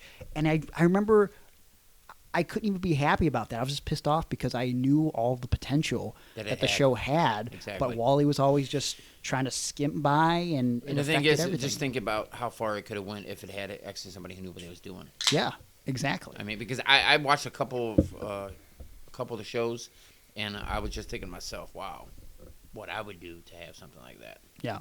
Yeah, because that wasn't even an option when Right. when UCW No. was a thing. No, not at all. And people, We couldn't even get a videotape No. out. No. Well, and I didn't have a camera that could film long enough. Right. yeah, that definitely played a problem. Yeah, but things were way different back then. Oh, yeah. Definitely different. Well, like I think the common misconception about the thing on Sports Time Ohio, and then we'll get back on track here, was like I remember people would go on that stupid indie message board and they'd be like, "Oh, if I had the money that Wally does to be on Sports Time Ohio, I'd have a much better show." And like, if you guys only knew, there's no way Wally was paying to be on Sports Time Ohio. He definitely wasn't. Like it was, he heard a commercial that STO needed content. Mm-hmm. And so he went down there with the shittiest pilot episode. Right. It just happened to be a Rhino Samoa Joe match, poorly lit, and because they were desperate for content, they put it on the air. And they literally told him, as long as you keep giving us content, you'll always be on the air. And then there was a regime change at Sports Time Ohio in 2013, and they wanted Wally to buy insurance. And Rod, this will shock you, Wally thought he could get by without buying the insurance to protect the fans. And then magically, one day Aaron texts me, and he goes, "Hey, Prime Wrestling's not on next week. I'm looking on the TV guide, and it's not on. Why is that?" And then I walked up to Wally, and I go, "Hey, it says on the TV guide that there's no wrestling on next week." And he goes, "We're taking a little break from TV." And I'm like, "Okay." And Yeah, it's a replay of women's Tennessee volleyball. Yeah. And I was like, wait a minute. which was very We're weird. Sports Time Ohio. And Why is... we were in a pretty nice spot at like 10 p.m. on Sunday or Saturday, Right. whatever time it was. And Yeah, it so, was Sunday. so long story short, Too late. He started lying to the boys in front of the whole locker room. Said that the deal had been re-signed and that everything was going to be fine. And then when we were doing what we knew was the final show, but all the guys didn't. I remember me and Johnny had to walk up to a lot of them because they kind of felt it, and I had to go. You know, they're like, "Is this the last show?" And I'm like, "You should probably wrestle like this is the last show." You know, like because Right. But I remember him saying, look, this isn't the last show, but what I need you guys to do is do a show for free next month. No, that was before the. Was last that show. the- That was okay. before that, yeah. And All right, then- I hate when you correct when I'm trying to tell a story. I'm sorry. I'm just saying, but like This is what I like. Go ahead. Let me sit back and watch this. But then he canceled that show that he wanted everyone to do for free because he couldn't even afford that. Yeah, because he was trying to sell it to that guy that had a boat. Remember that guy? Yeah, he kept bringing in a lot. He was bringing in some guy that he was like, oh, here's the new owner. Yeah. This guy has a boat. So if you guys ever want to go fishing, Here and it is. everybody was like, And what the fuck? We're not going fishing. And who was the guy? The best part was this is all the guy says because he didn't know anything about wrestling. He was just giving Wally money. He goes, you know, if any of you ever want to go fishing with me, you know, feel free to speak up. And Mr. RBI, who is a We got to get him on the show. part-time pro wrestler, but also he claimed to be related to Barry Bonds, so he did a baseball gimmick. he just stands up and he goes, "I would love to go fishing with you sometime." and they became best friends for a second there. Yeah. And I don't know if they ever went fishing, but that's really off track. Do you have a favorite Wally story? Or maybe a least favorite in these cases? No. I didn't take Yes. We was in St. Michael's Gross Hall. Okay. And it was the Power Team USA versus Gary, Mike, and Wally. And me and Wally was in the ring. Everybody else was on the outside of the ring. And me and Wally was working each other. And then Wally goes off script and grabs a chair and whaps me with it right in the back of the head. Okay, that's a problem. I'm sorry, Rod. That's not uncommon. I'm sorry, Rod. It just had to be at this time. I felt it had to be at this time. Okay. And I'm like, thanks, Wally. And I literally get up and just beat the shit out of him. Love that. But, yeah, you had to have your head on a 360 with Wally. Yeah, one time I remember I came back from a show because I had wrestled, do you remember Briar Wellington? Yes. Okay, I wrestled him at the Gathering of Juggalos, and he was drunk and high, and I was really mad about that, and so I had to lay in on him a few times, and so I got home, and I remember I was telling, I ended up telling Wally about it, and Wally goes, "Briar Wellington, I fucking hate that motherfucker. He sucks." And I was like, "Why? Did you have a bad experience with him too?" He goes, "Yeah, one time I was on a show with him, and he walked up to me. He had the nerve to walk up to me. He fucking says to me, 'Hey, I see you're wearing steel-toe boots. Could you not wear those in this match that we're gonna have? You know, I'd rather not be kicked with a steel-toe.'" That was my next comment. His boots. Well, Briar Wellington said, "Could you please not wear these steel-toe boots?" And so the way Wally tells the story, he's like, I looked at him and go, "Motherfucker, I'll kick your fucking ass right now." And I was like, and I said to Wally, I said, "Okay, you're the one in the wrong here." Like so Briar Wellington was definitely wrong by being drunk and high when he wrestled me. But in this case, I think it was an acceptable request, you know? Why would you have steel-toe boots on? I don't know. Why? I mean, it's like, was he getting ready for work beforehand? He was leaving straight from the matches to work? I mean, because... Well, he probably wore the same outfit. Holy shit, those man. Zubaz and man, I seen a kick come from him, I'd roll it all the way. He'd miss me by a mile, and I'm like, hey, I don't give a shit. I ain't taking a powder. Okay. I'm not getting kicked with him. Oh, so ridiculous. So, all right. God damn it. There's so many things I want to talk about. When you guys build the ring, how do you guys come up with the name UCW, Universal Championship Wrestling? Well, we was at the Eagles Nest. I remember this specifically. We was there, and I said, okay, look, we got to come up with a good name. You know, we want to make it where, because the plan was to start promoting shows outside of this area. Okay. So, and then we came up with Universal Championship Wrestling. A unique name, you know, and then we had our logo was the globe on it for Universal. Gotcha. Yeah. I mean, what are you looking at me for? No. I just like. What do you want me to dispute it? No, it's true. Sorry. No, that was a fucking lie. Were there any other potential names that you guys came up with? Oh, you know, there was a couple like weird shit. Well, no, you know what? Because it was All Star Wrestling. All Star Wrestling Federation. Yeah. Okay. ASWF. So Rod was with Casey Stryker, right? All Star Wrestling Federation, and when he got into the argument that led up to the split there was I remember him on the phone outside of his house shooting on this Casey Stryker like, "Bro, you do nothing for me." I mean, they held me back. Yeah. He's like, and Casey Stryker said, "Well, you can't use the name. I own the name, All Star Wrestling Federation." I feel like he probably didn't know the name. Well, it didn't matter because then Rod just as quickly said, "Well, fuck you. I'll call it All Star Wrestling Alliance or something like that." You know, and then Casey Stryker was like, "Yeah, but you won't get the battens." And Rod was like, "Nobody even fucking knows the battens." Right. But I'm taking my ring. Yeah. Not a fan of the battens, huh? No, not at all. No, that's another story for a different time also. That's another happening that happened in Cleveland with both of them. I want to hear it because now.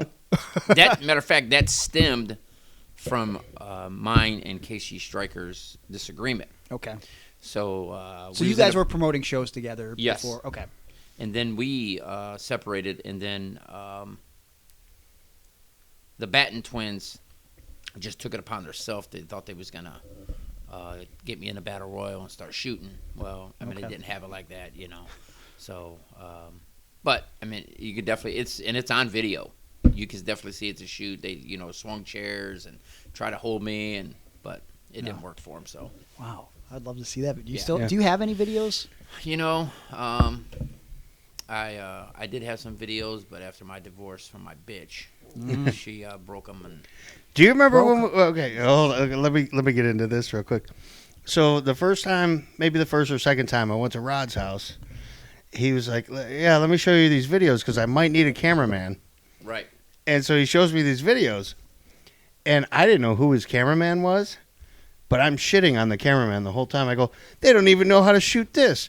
Here, you're locking in this. We should go to a tight shot of the face of the person that's selling. And Rod's like, And I go, who the fuck is this Mark Jabroni that doesn't fucking know? You know, and I'm cutting a promo on this person.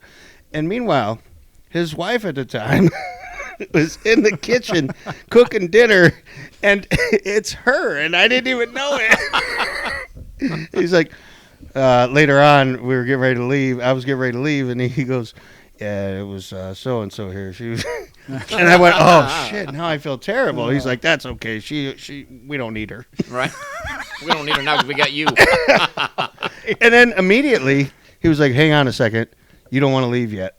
And that's when JT walks in. JT, yes. The bread truck pulls up. The fucking Wonder Bread truck pulls up right into his driveway. Yeah. And I'm like, what, I'm getting free bread? Why, why didn't I want to leave yet? And JT walks in. I had been to a couple of his shows. I knew who JT was. And he walks in. He's like, hey, dude. And I was like, man, I know that guy from somewhere. I said, hey, bro. Yeah. and JT said, dude, I'm having a real hard time right now. I have no cameraman for my next event. St. Valentine's Massacre or whatever it was. I said, here's your cameraman right here. That's exactly what happened. And JT was like, all right, he's booked. And then that's when I went to Rod later and I said, what do I charge him? And Rod said, bro, that's up to you. You talk to him about that. Okay. And you know as well as anybody, nobody needs to talk to JT about money. No, JT told me as a student that after my 7th match, I would get paid. And he never told me what that amount was, but I remember I was keeping track. But I was too scared to ever say anything to him. So I remember I was like on 5, on 6, and I remember 7th match. I'm like, okay, yes, here we go. Wait. The big payday's coming up. He's going to give me some money. And I remember saying bye to him. And he's like, yeah, see you later, dude. I was like, oh, all right. Sound like him. And he never paid me once. Not one time. 8, 9, 10, 11, 12 match. Nope, never paid me But I can once. tell you who he did pay. Who's that? Hank Hudson. Hank always got paid because no matter Hank what. is the man. Yeah, Hank was a very integral part of a lot of those shows. Listen, Hank is by far, I don't know about now, but for 20 plus years that I was there, Hank was the man. A wealth of knowledge, too. Oh, yeah. I mean, nobody knows wrestling like Hank. I Nobody's better that I've seen than Hank Hudson. Yeah. Nobody. He always looked the part. Oh, yeah. He acted the part. Oh, absolutely. And then he always played into all of it. Yes. Yep. Except for it was hard to watch when Sabu gigged him for real. I got so many stories about that. Oh. I went up to Hank. I told him, I said, hey, Sabu just come up and told me that he's going to get you. He's going to get you. Look at you. Look at you. He's going to get you. And I said, no, man, you better not do that, Sabu. And he's like, I'm going to get him, Rod. I'm going to get him. I said, no. I said, because then he's going to have to take his tuxedo to the damn to the dry cleaners. And get it done. I said, I remember pay this, for that? yeah. He said, hell no, I'm not paying for that. So we heard it from Hank, and Aaron's sort of talked about it before. Sabu told you he was going to Sabu gig. told me, and I went and told Hank. I said, listen, Sabu's going to get you. And he thought you were working him. I don't know what he thought at the time. I mean, at the time, he might have thought that, but when reality set in, oh yeah, Sabu got him. And then he's like, I don't know what I'm going to tell my mom. I don't know what I'm going to tell these guys at work. Because he worked for the post office. Yeah. So, and I try to give him a heads up, you know. And then Sabu comes to me after the show, and he's like, you motherfucker, how come you told him? I said, because the dude don't need to be getting like that. You know, right. I said, he's got to go home and explain this to his mother and everything else now. Sure. You're just looking out for him. I don't know where you want to go next with this. Oh, yeah, there's so much. But there's something, and I know we're on limited time with Mr. Destiny. What do you want here. to talk about? I got to talk about the pink Cadillac. Brother, I was going to bring it up. Let's just talk about it now. Let's talk about, he's been some sort of a legend on this show now. I need to know everything that you know about Howard. Okay, well, Animal we got Steele. hours or no? Again, look, we can do this again. But I have a ton. tell me the first time you meet Howard Animal Steele. The first time that I met him is he came to one of my shows. And he came up and he said, I've heard a lot about you. And I said, okay, is that good or bad? And the guy looked familiar. And I'm like, oh, okay. Yeah, you might have seen him in the WWF. Exactly, right. So I'm like, hey, how's it going? He's like, good. So we start talking this and that, and he's like, yeah, he said, a pretty good show here. He said, it's hard to find any indie shows that are any good. So me and him just got to talking, and after that, we exchanged numbers, and then we became really good friends. And I know shit tons about how he came up and what's going on and what happened and why he did this and why he did that. And But I just find it intriguing because I don't know if you realize this, and I've just learned about Howard in the last couple of years. But coincidentally, as that's happened, when people find out I'm a pro wrestler, during the last year and a half we've been recording the show, Aaron, at least 3 or 4 people have crossed paths with me that goes, I used to know a guy who wrestled in the WWF. Animal Steele, yeah, he was born here in Lorain, Ohio, and every time, because I know the story, I don't even tell them, because what's the point of trying to explain it, right? But people really believe that he was George the Animal Steele. Yes. And that he was born and then he passed away in Lorain, and obviously that's not the case. No, it's not the case at all. But a lot of people do believe that. But yes, he was actually, now this is kind of weird, but he was actually born in Michigan, 2 blocks from where Jim Myers was born. Wow. Okay. So me and Howard had a talk, long talk, many talks on the roads and stuff like that. So, but he's thinking, because he did look like him. Yeah, I've seen him. And he didn't know his father. So, and being 2 blocks away from him. Sure. I mean, there's something, you know what I mean, for somebody to look identical, Yeah. So, but he's thinking that, they're related somehow or something, Wow. But he was the Sheik's lackey. Okay. The original Sheik's lackey. You know what I Gotcha. mean? He carried his boots and shit for him. And, Yeah. that's how he got his break. He was terrible. You know what I mean? But he couldn't bump. Yeah. You never. At least George did bump every now and then. Right. But yeah, he was like the Sheik's lackey. He got his boots and his beer for him and stuff like that. Did you ever travel with Animal Steele? Oh, yeah, absolutely. In the pink Cadillac? What's the pink Cadillac? Wait, No. the pink Cadillac was, I think the paint job had already happened by then. Yeah. Yeah. There's long stories with these, but It's fine. it was the burgundy. Yeah. What was the car that I had sold you back in the day? LeSabre. Buick LeSabre. Yeah. This is a limousine he had. Now, we can also go on, he did have a Cadillac, and then he painted it aqua blue, which was like a greenish. Okay. And then he started having some troubles out of it, so he parked it. Then the paint started flaking off, and it was black beforehand. So then he's like, hey, I'm going to sell this Cadillac. And I'm like, okay. I said, oh, that's pretty cool. He's like, yeah. It was a 77. So then he calls me over not long after that, and he's like, hey, come over here. I can show you something. So I went over his house. He's like, look at this. He's like, guess who this Cadillac belonged to? I said, who's that? He said, Elvis Presley. I said, no way. He said, yes, look, I got the title. And I'm like, no. And he did. Yeah. What? It said the former owner, previous owner, the estate of Elvis A. Presley. Which stood for Elvis Aaron Presley. Yeah. And today, I bought the car from him. I redone it. I put it online and sold it to a guy who bought his Elvis Presley's mansion in Palm Springs, California. And I still got the original copy of the title where it says previous owner Elvis A. Presley. What? I have to see this now. Yeah. That's insane. Yeah, you got to send me a picture. Yeah, I got to Holy look shit. for it. Yeah. Okay. But I got it. I figured. I got it. Yeah, it's been years. Yeah, I mean, what's that? 20 years? Oh yeah, I got it though. Yeah. But I bought it, redone it, and put it on eBay, and I sold it to a guy. Matter of fact, Brooks and Dunn called me, and so did Kane.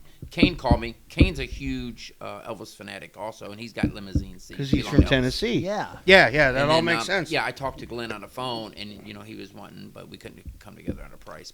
And then Brooks and Dunn's wanted it, and they called me. I was talking to them, and then this guy ended up buying Elvis Presley's mansion, which his name was Reno Fontana in Palm Springs, California. So he got shipped down there and put into the garage with plexiglass across the front. And Reno Fontana's alter ego is Marion Fontaine. Right. I don't. No, okay, that's not true. Wow, you just blew my mind. What's the story? Aaron has told me stories about Animal Steel selling fake gold chains and jewelry And Rolexes. Okay. Where at though? Specifically, Tom, specifically at ECW to Taz and RVD. Yeah, and Sabu. Okay. Yeah. But I think Sabu still owed him money. He told me on it. But I told him, just think, you'll never be broke because he's always going to owe you. That's very true. And where do we go afterwards? Denny's. Because why not? Yeah. Right. Sabu's like, I'll pay for everybody tonight. I don't know why, but I remember Sabu footing the bill. That's ridiculous. Yeah. Jesus. Yeah, so he was like the gold chain man, When he'd walk into ECW, we'd go down and he'd be like, here he is, here's the gold man. The gold man. And then they would take their the animal gold man. Yeah. Right. Then they would take their bounce checks that was no good and try to, hey, we'll just go ahead and third party them to you. Oh my God. So insane. And I'm telling you, so I can't tell you what happened backstage because I wasn't back there. I wasn't allowed. I was too green, too young, whatever. Yeah. So me and Sal, do you remember? Sal. We had to stay in the limo in the back seat while Rod and Animal got to go into the show. Yeah. And, hobnob backstage. And then once the show was over, I remember Rod, Animal, Sabu, RVD, Taz, whatever, all coming out. And I remember hearing Sabu say, this guy, he's got a connection to my fucking uncle, so you guys got to respect him and buy shit off him. And then RVD, after he bought the 3 rings that had the letters on them, R, V, and D, that went on in his hand. And then he turned to whoever, Sabu, and he was like, you know what? Fuck this guy. He's not looking. And he turned and pissed on the limo. But he didn't know that we were on the card. Look at his Van Terminator. There's so many stories I have about the ECW locker rooms. You will talk to me about that. But Howard was the one that hooked me up with Sabu, and Sabu hooked me up with the ones I was doing the dark shows for ECW with Paul E. You did dark matches? Oh, yes. Tell me about the experience at ECW doing dark matches, hanging out backstage. What are your memories from that? Tommy Dreamer. I love Tommy Awesome Dreamer. guy. He's absolutely, great. absolutely. Supernova, awesome dude. Yeah. You know what I mean? I can remember the first time that I got introduced to everybody in the locker room. The only prick was Taz. He's an asshole. Really? Don't like him at all. No, nothing for him. But I mean, just like Sabu said, hey, ignore that dumbass. Yeah. So. But yeah, so it was a good time. Like I said, Howard introduced me to Sabu. That's how me and Sabu became friends. That's awesome. And Sabu introduced me to Paul Lee. I remember my first tryout. We was in Monaca, PA, and at the Egg Dome, I think it's called. Okay. Yeah. Something like that. And that's right. Went and did a house show there that night, and the next night did another house show, and then it was only for TV tapings. And then did a couple more after that, and then that's about when it happened when I quit.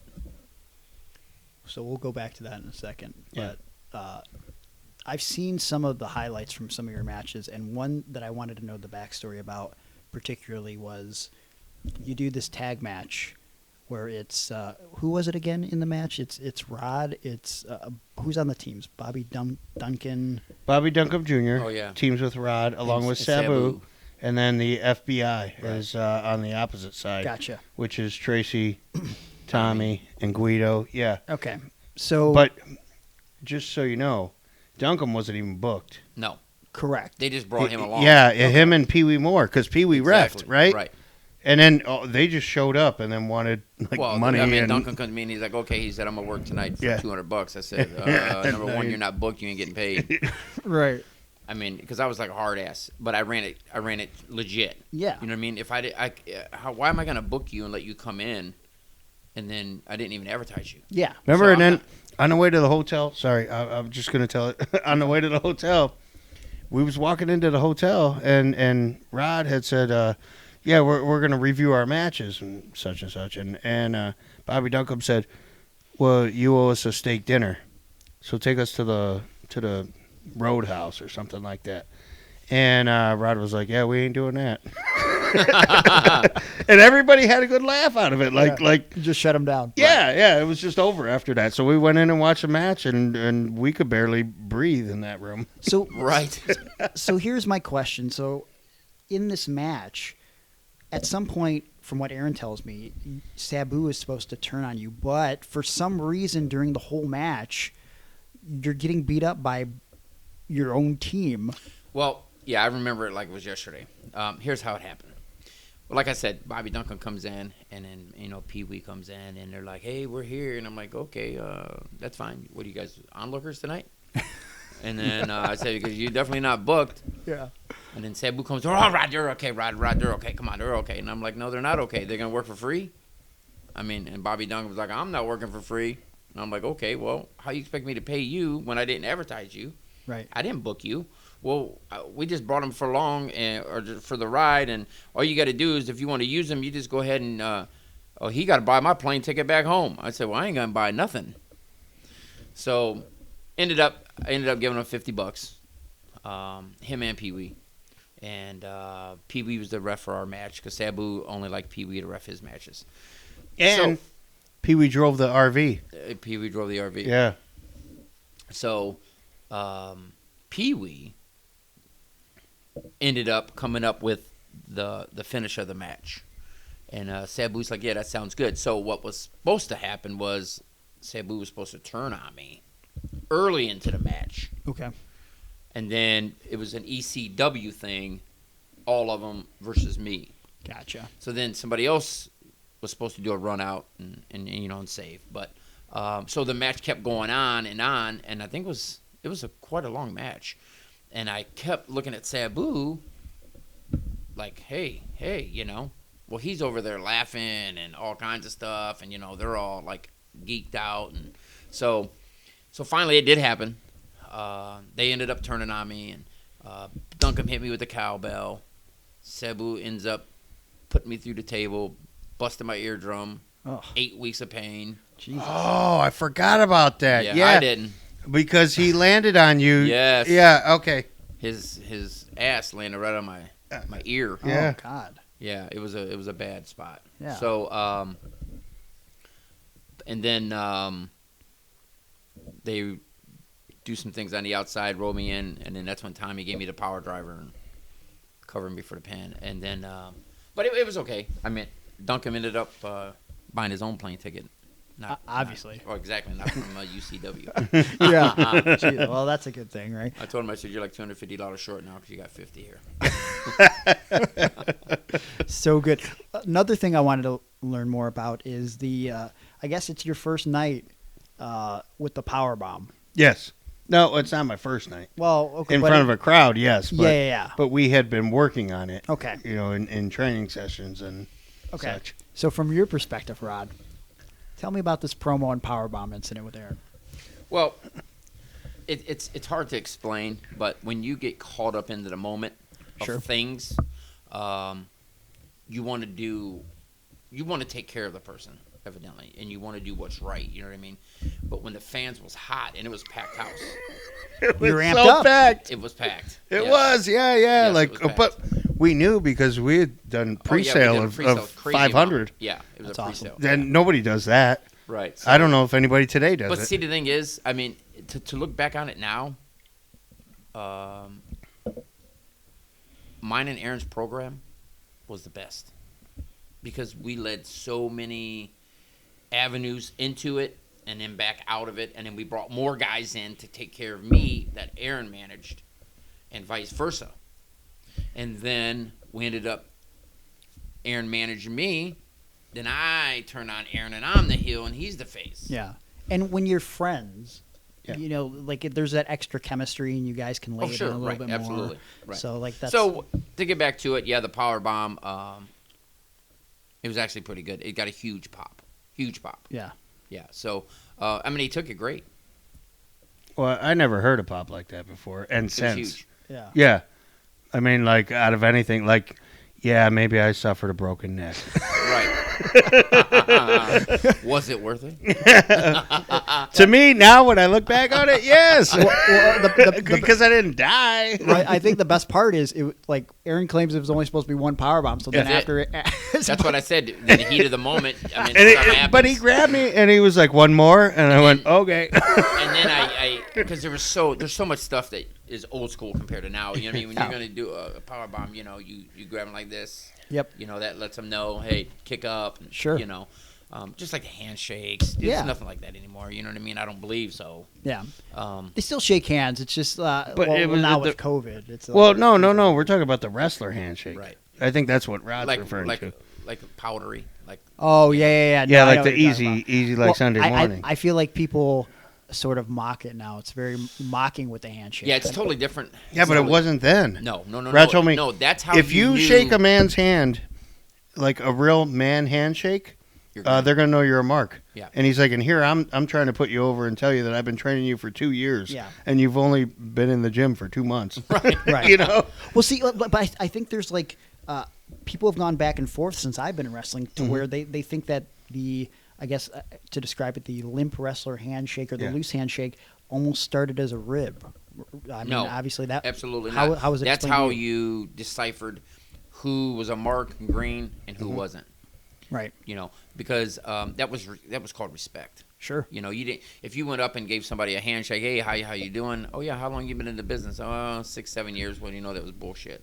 Right. So, and then but that's how you deciphered green and a mark compared to one of the boys. That makes sense. Can we talk about the WCW invasion? Oh yes. Let's do it.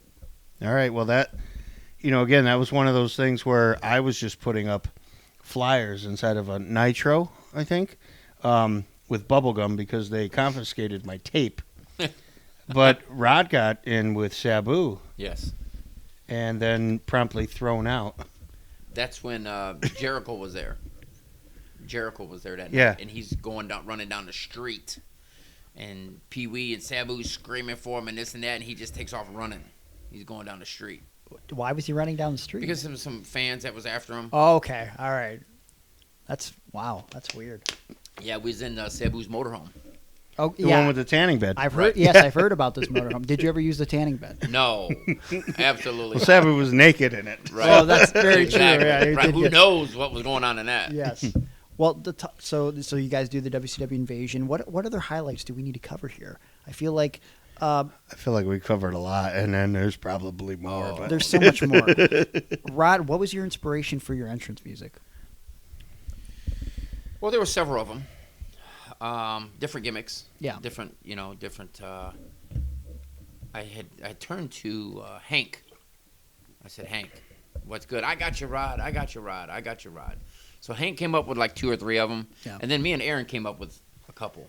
that Rage Against the Machine. Right. Yeah. Exactly. And I That think was a Sal good was one. in with us on Yeah. that one. Of course, Sal. Yeah. Right. Sal, he didn't last long. No, No, he didn't. No. I mean, Sal went on a couple trips with me. Me and him. yeah, he ring talked about it. Yeah, out to Cincinnati. We'll have to talk with Sal about that one time. Okay. But All right, yeah, they had an experience, and he said it was just low ceilings and Oh, it was terrible. yeah. Terrible. But Oh, yeah. this ring that my man constructed over here was it was terrible. being rented. Plus, you got your fee. Yeah, to work on the show. Oh, yeah, because I wrestled an American kickboxer. I remember him. Yes. Yeah. Yeah, I read down in Cincinnati.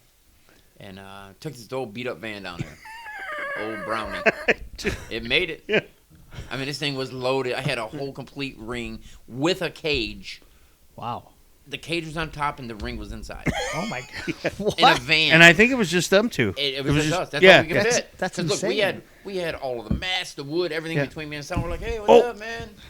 I just thought of something. Do you remember the time? Smoke before fire. Do you remember the time we broke into Admiral King High School and Yes, I do. stole all And their got the gym mats. mats? What? Yes. We didn't have mats, and so we were just like getting power bombed onto plywood. Right. Yeah, you don't want that. Right. So I wouldn't say we broke in, but we just went in and took some. We had a connection. We had a connection that had Right. a key into the Go ahead and gymnasium. take them. I don't care. Yeah. Wait, who's that? Yeah, he was a big fan that MD. bought replica belts, MD. Okay. Right. Yeah, and he bought loves Virgil's NWO sweatshirt, right, for like $150 bucks. Sure Oh did. my god. Well, since you mentioned He was he was the janitor of like the local high school, Okay. Right. All right. and Multiple. he was a huge wrestling fan. Still is. Oh, I is just he seen- alive? I just seen him a week ago. Oh, okay, I guess so. Wow. Jesus. For some reason, I just think everybody's dead anymore. Well, you've dropped a lot of bombshells on Ron Right. today with this. A lot of but, breaking news. you brought up Virgil, so I No, want hold on. What? We ain't done yet. Okay, go ahead. So we take these mats out of the gymnasium of the local high school, the wrestling mats, load them into the back of the van, start to drive. We get about 12 seconds into the drive, and the van dies. On the side of the road. Okay. Yep. Now we got these mats in there. The van died. and I'm like, Rod's like, because the gas didn't work, the Gas meter. Yeah. So Rod's like, hey, we just need gas. We just need gas. And we had to call somebody. So we're on the side of the road with with these mats. Stolen mats. Full mats. Yep. But it was the They're best full bumping wrestling ring there, mats. it was the best bumping ring there was with them. Yes, it was. It was a lot easier for me to take a power bomb on that than it was wood. Speaking of power bombs, I have like flashbacks of like the Amish assassin off the Oh off my the god. stage. We didn't No. Amish Assassin, when you were starting to do, what's, it's not the Unprettier. It's the one that Hurricane Helm started doing. Oh, the Vertebreaker. Remember when you started doing Vertebreaker? Yeah. Oh, my That's God. a scary move. Yeah. You were doing that to Amish Assassin? Listen, I started that before anybody did. Yeah, I started that. Really? Yep. Yes, I started that move. that's true. Wow. Yeah. I'd like to see this. I'd like to Yeah. see some footage of it. Aaron's got all the videos. I don't know if I have all of them, but yeah, Yeah. there's been a lot that's gone on. He's got a library. You ain't the only one divorced. Okay. Yeah. Jesus. Well, how'd you come up with the Vertebreaker then? You know, we was just messing around in the ring one night, and I said, I got to come up with a really good move. And Aaron was there, and then somebody else was there. It was Mitch. Do you remember we were training Yes, Mitch to it be a was. ref? Yeah. It was. Yeah. So I said, hold on a second. So I'm doing this, and I did this, and I spun him around. I got it. And I did it to him. Wow. And it was great, dude. The trick is you got to lock in your arms. Sure. You got to, because that you control them. Yeah. But yeah, I started that. Wow. And then everybody else started doing it. Yeah. It was weird. Yeah. Amish Assassin was not a small fellow. No, No. not at all. No, I've seen him on Okay. some clips. Yeah, he was Yeah. Mr. Insanity. Remember him? Yeah. Toby Klein. Yeah, Toby Klein. I Yeah. managed him. The first match I'd ever done it was with him. I think he still works too. Yeah, I managed Yeah. him against Al Snow. Yeah, he does work. Yeah. And then I also believe I managed him against Sabu. And then he got heat with Sabu because Yes, because he They kicked were- Sabu's wife in the head. yes, that's it. Oh no. Oh, yeah. Yeah, and we were then, down in Michigan or up in Michigan. And then Sabu came and said, Rod, is this your boy? And I'm like, yeah. I said, he's a good dude. Why? He's like, man, I'm going to beat his ass. And I'm like, why? What? Stop. Rod, no, you don't understand. He kicked my boo. My boo. Wow. Yeah, it was her name. My boo. That was his first Oh, fight. that's her. Yeah, no, that's her- that was her name. All right, I'm thinking like slang. I'm like, wow, did No, you start no. my boo? Wow, that's crazy. So he's Jesus. like, yeah, he kicked her in the head. You got to get his ass over here. So I went over there, and Toby was all, he's like apologetic, and but stuff happens. When you're He out was there, very stuff happens. respectful. Right, Yeah. right. And then Sabu was kind of like being, like an ass. Mm-hmm. But I mean, you can see Sabu's point, but you can see Toby's too. You know what I mean? So Yeah. I mean, I just had to He kill tried to leapfrog her while she was taking pictures. him. Right. She was down on the ground and she was taking pictures, and he tried to just jump over her to get to Sabu because they were doing like maybe a double count out. They were Something. brawling to the back or something. Yeah. And he went to jump over her, and I think his foot caught her or came close to catching her, and Sabu was not having it. No, he wasn't. And that's when Sabu was crazy. Well, he still is, but Yeah, not much has changed. right. So I think he's calmed down a little bit. you would hope so. Do you remember when we met Hito's wife when Yes. she came up to work out with us or Absolutely. whatever at the Yeah. gym? Yeah, Hito. Or just watch or whatever she was doing. But, yeah, she came over from Japan, Megumi Kudo, which you and I just watched to study for an episode because she did all the explosion barbed wire matches. Right. Which is nuts. Yeah. Yeah. I always wanted to do one of them. Not me. Well, I bet mine would be better than AEW's. What, okay. I bet you could rig the explosions better. Yeah, just I'd like to see that, Ron. I Yeah. think maybe they need you to rig the explosions. Maybe like the Toby Keith song. I got one more good one left in me. Yeah. There you go. One of the big things that was important to your gimmick for a long time was the representing the United States of America. Yes. What inspired that in you? Well, that was a time of the wars going on, and then because it's easy for everybody to get whatever you want to call it, cheap heat or free heat. Sure. You know what I mean, or free applause. So it actually came about in Cleveland with Brett Powers and Biff Beverly, and they said, hey, we need a third partner to come in so we can wrestle G-Mo, Wally, and Psycho Mike as a trios. And they're like, hey, because at that time I was under a hood underneath the Unknown Rebel. So then I dropped the hood, and that's when I became Power Team. Well, then it was me and Brett Powers doing most of the tag team, and from then we was all over, So, and then that's when KC Stryker, Roger, came in, and he took over, and then they all lived down southern Ohio. And then, I lived up in Lorain County, so that's when we had a falling out. What inspired that falling out? We didn't really talk about that. Money. Yeah, that'll do it. Yeah, money. And in booking, I didn't agree with the way they did their booking and this and that, you know. If you're going to book somebody, that's fine to have the local guys on there, but you still got to have a draw. 100%. I mean, and if you're going to try to run shows with just all locals, then you don't need to go extravagant. Yeah. Because you're not going to draw. Right. Unless it's a really hot town to begin with. Yeah. That just loves wrestling, they don't care. Sure. So, but I when I promoted, I was heavily into angles, continuing angles. Yeah. We was running every month. Yeah. You want to give people a reason to come back. Exactly. Right. You got to have a storyline. Dude, and every time, even if I was like at the local bar, I go to Biggie's or whatever, play pool, have a couple beers, eat some wings, and people would come up to me and they'd be like, oh no. Aren't you Commissioner Simmons?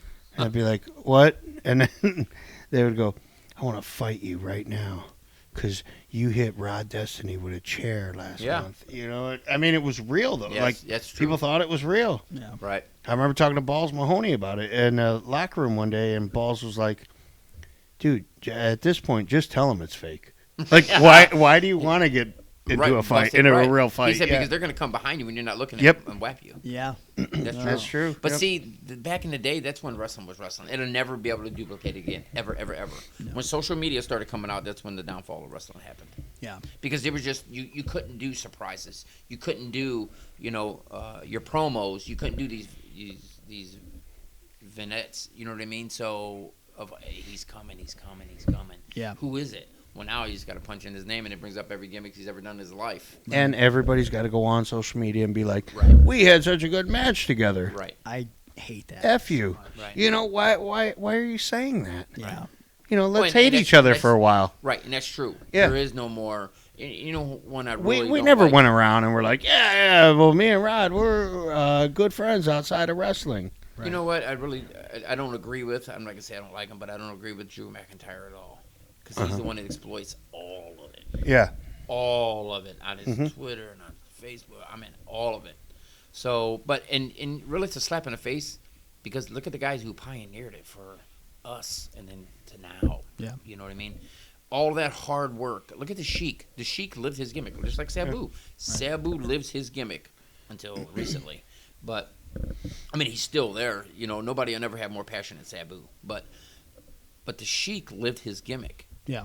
And if you ever hear Sabu say anything, when the Sheik would have them over for dinner on Sundays and Saturdays before the shows, the heels actually ate in a separate room. Yeah. Because there was people in his family that was not smart. Yeah. Now it's like, hey, let's go drink. Hey, how you doing? Right. Well, even for the longest time, when me and Gargano were feuding, we had like a blood feud when we were younger.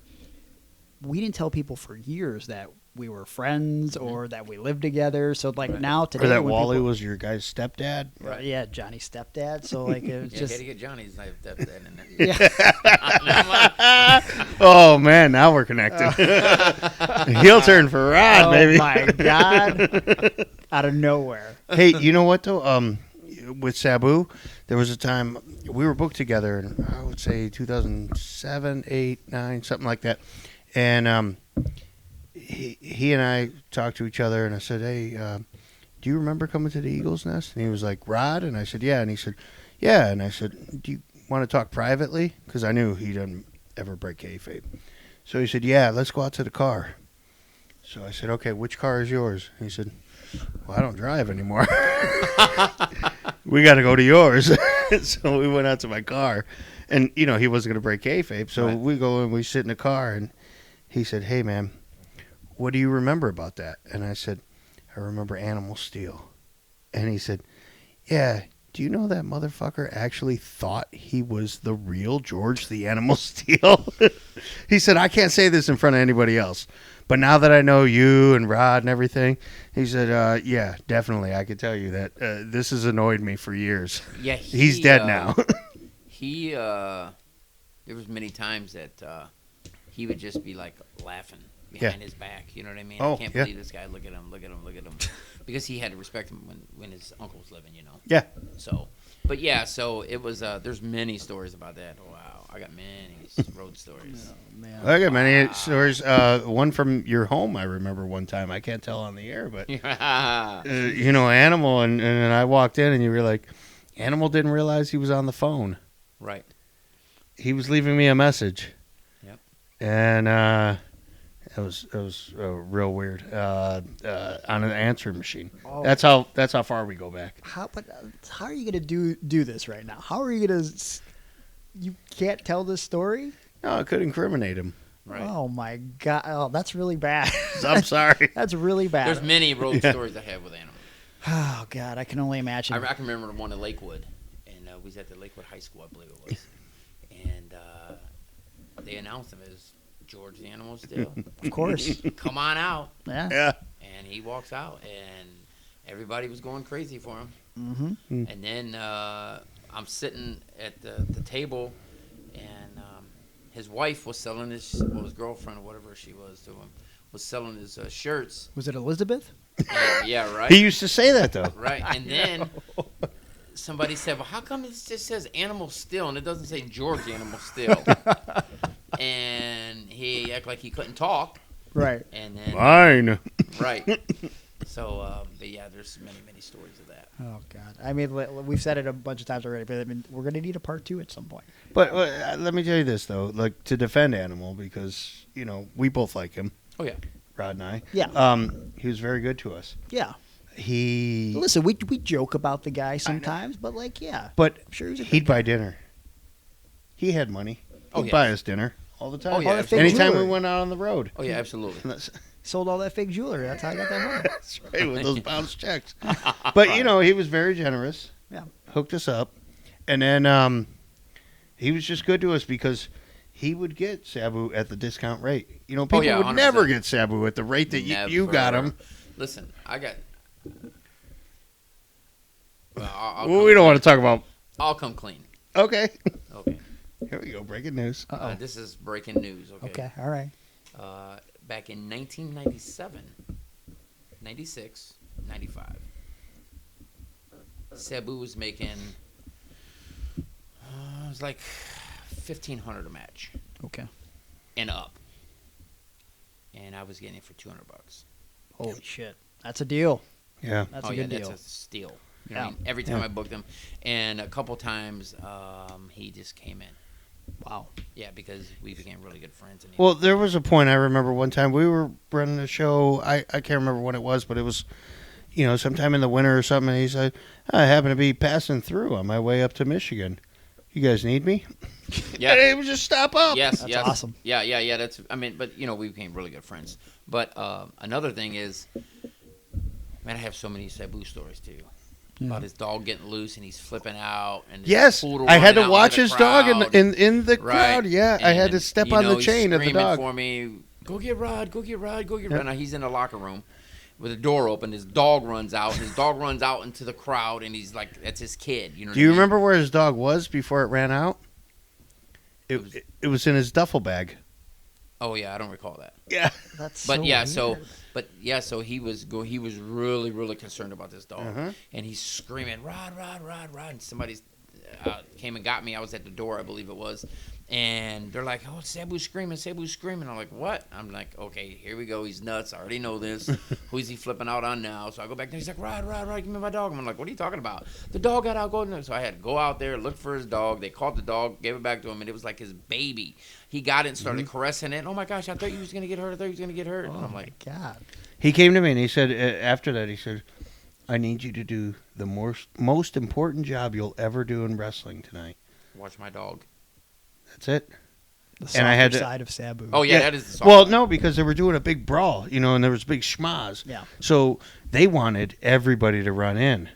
And since I was the commissioner, I wasn't going to run in. I was just going to let the brawl happen or whatever. And Sabu was like, are you staying back here?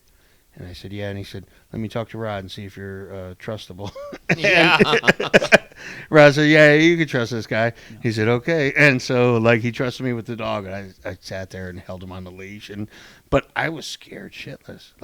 If something happens and this dog breaks the chain, it was a poodle. Right. You know what I mean? But I was scared to death. It was one of my first days, in wrestling. Yeah. But also it's Sabu. And it's Sabu. I mean, I remember in 2007 or 8, he wrestled at Hybrid against M-Dog.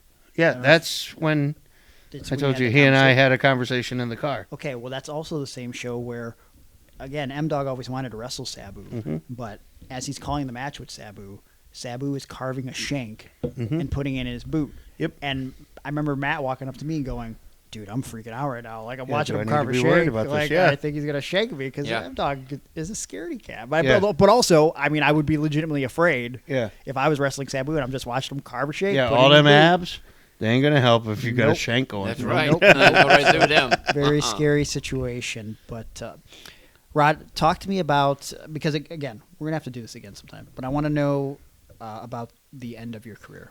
What made you leave professional wrestling? Because obviously you had success as a promoter and everything, and the wrestling. Why'd you leave? Why'd you step away? Well, personal reasons. Maybe we'll save that one for the next time. Sure. But yeah, it was personal reasons. Just abruptly quit. So we'll just leave everybody wondering why. Until Sure. the next time. Yeah, the last show was a Father's Day show, in June. Yeah. And Balls Mahoney wrestled Hito. Hito. Yeah. Man, that was fun. We had a good time. Yeah. And all those boys from the Mega Wrestling And then came up there. Right. And then the next night, Yeah. it was Balls and Hito. And West Virginia, was it? I thought it was Detroit, but yeah, I'll go with West Virginia. You're right. It was Okay. Detroit. It was. Okay. You're right. It was Detroit. I believe that was for Malcolm Monroe. Yes, I was going to say TNT. Or DBA. DBA, yeah. Yeah. And he's still at it too. I just saw he won tag team championships. He's with got Rhino. a son that wrestles now, right? He does. Wow. Malcolm Monroe the third. Yeah, the third. Wow. Oh, yeah. I told him, I said, I always remember Joey Bag of Donuts. You remember him? Right. Yeah, I don't know what that guy did there, but they always talked about him. Oh, you need something, go to Joey Bag of Donuts. But yeah, I can remember wrestling in Detroit. Wow, I got some road stories going back and forth there with a guy named Johnny Reyes. Oh, the Puerto Rican powerhouse. Puerto Rican powerhouse. Yeah. Yep. That's a good dude. I don't know about Yeah. him. Broke his neck What? in a match, and I drove him home. Oh my God. Yeah, with a broken neck. So So you just went home? You didn't think maybe I should go to the hospital? well, I tried to talk him into going to the hospital when he was in Detroit, and he's like, no, I just want to go home. So he rode home, and then the next day he goes to the hospital. Here, he had a broken neck. What the So ridiculous. He was starting to really catch on too because he was the Puerto Rican powerhouse something, and then he switched over to the Beach Boy Johnny Ray's or something, and he was like picking up steam. He got himself Lady Victoria or something. Yeah. Started really getting over as a heel. Yeah. And then he just quit. Yeah. I guess after the broken neck. Right. Yeah, that'll stir some feelings up in you, I guess. Exactly, right. Rod, I know you mentioned what an honor it was to wrestle Tommy Rich, but outside of that, what do you think is your career highlight? What do you look back at the most fondest? I would say, well, any time that you get into this business, the elite is the WWF, WWE, whatever the case may be. Sure. But when I did a dark match in Cleveland, that would have to definitely rank up there because when you make it to there, you know what I mean, whether you win, lose, dark match, TV taping, I mean, you could say you made it. This is for the WWF? Yes. What year is this? That was 1995, I think. That's awesome. Who'd you wrestle? 5, 6, something like that maybe. Okay. It was another local guy. From Michigan. Yeah. That's awesome, though. Yeah. Right. So was it down at the Gund? Yeah. That was Greg, you ever wrestled a dark match for WWE? I can't say that I have. No. Did you ever wrestle a dark match for WWF? No. For ECW? Not once. No. Oh, for TNA? Why are you burying me? What about AEW? No. NWA. MLW. No. You're really showing you ever how done failure I anything? am. Okay, well, I guess I'll just walk away from this one. But no, that's really cool. It's just funny now because now in my brain I know specifically I went to a show at the Gun in '95. So now I'm like trying to remember in my childlike brain like maybe I saw Rod Destiny. Yes, and the name was Chase Whitlock. Oh, that's what they named you. Yes. Okay, that's awesome. Sweet. Yeah, what a cool Whitlock. name. They just pulled it out of their ass. Yeah. Well, I'd have probably just went with that forever. Briscoe came up to me. Okay. And said, okay, you're Chase Whitlock, and the other guy was Johnny something. Okay. That's awesome. Johnny Sombrero. Right. I think that was it, right. All right. You're so, but yeah, and then, doing the ECW shows with, with all the guys. And and then to Russell, Sabu, I mean, he's a legend. He's going to go down as one of the best ever. Sure. He's the original of hardcore, him and Terry Funk, so there's so many highlights. Now that I look back on it, I wish I wouldn't have stopped, but at the time I had to. Yeah. Because of certain reasons. But, sure. But yeah, I mean, if you look upon it now, it's totally different. So I don't know how I would have even liked it enough to keep going. Yeah. Because that's a big thing. You gotta love it in order to keep going. 100%. Right. So I mean, and I really don't care for it today. I remember, if I could say one of my favorite moments was you and Animal took me to Cleveland. Because remember, you got me doing the ECW flyers. Right. You got me in contact, and like Paulie would call Sabu. Right. Sabu would call Rod. Rod would call me because that's how I started with Rod was making these flyers. What a chain of command. Right. Yeah. So ridiculous. Yeah. What the heck? So I started making these flyers anyway. So like my reward or whatever was Rod would call me and go, "Hey, do you want to go with us to ECW? I might get a chance to work out in the ring." And, dude, we'd go to ECW, and I got to be there. Rod and JT, I believe, were in the ring working out. Mm-hmm. Do you remember this? Mm-hmm. Yeah. Beforehand, Tracy used to lead the workouts. Right. Which we never even talked about Tracy. And Tracy was a better friend to you than anybody, I think. Yeah. Tracy loved you. Yeah, Tracy was a good dude, man. Yeah. And so Tracy would lead the workouts. And then I remember there being an altercation. I think JT's bags may have gotten thrown out of the building. Oh no. I think that's a thing that happened. And then Bam Bam Bigelow, I remember, was like just pissing in the church that we were in, the Masonic Temple. And the guy that was, like the he ran the building or whatever. He walked around the corner and saw Bigelow pissing in the corner, and I think that was it for them there.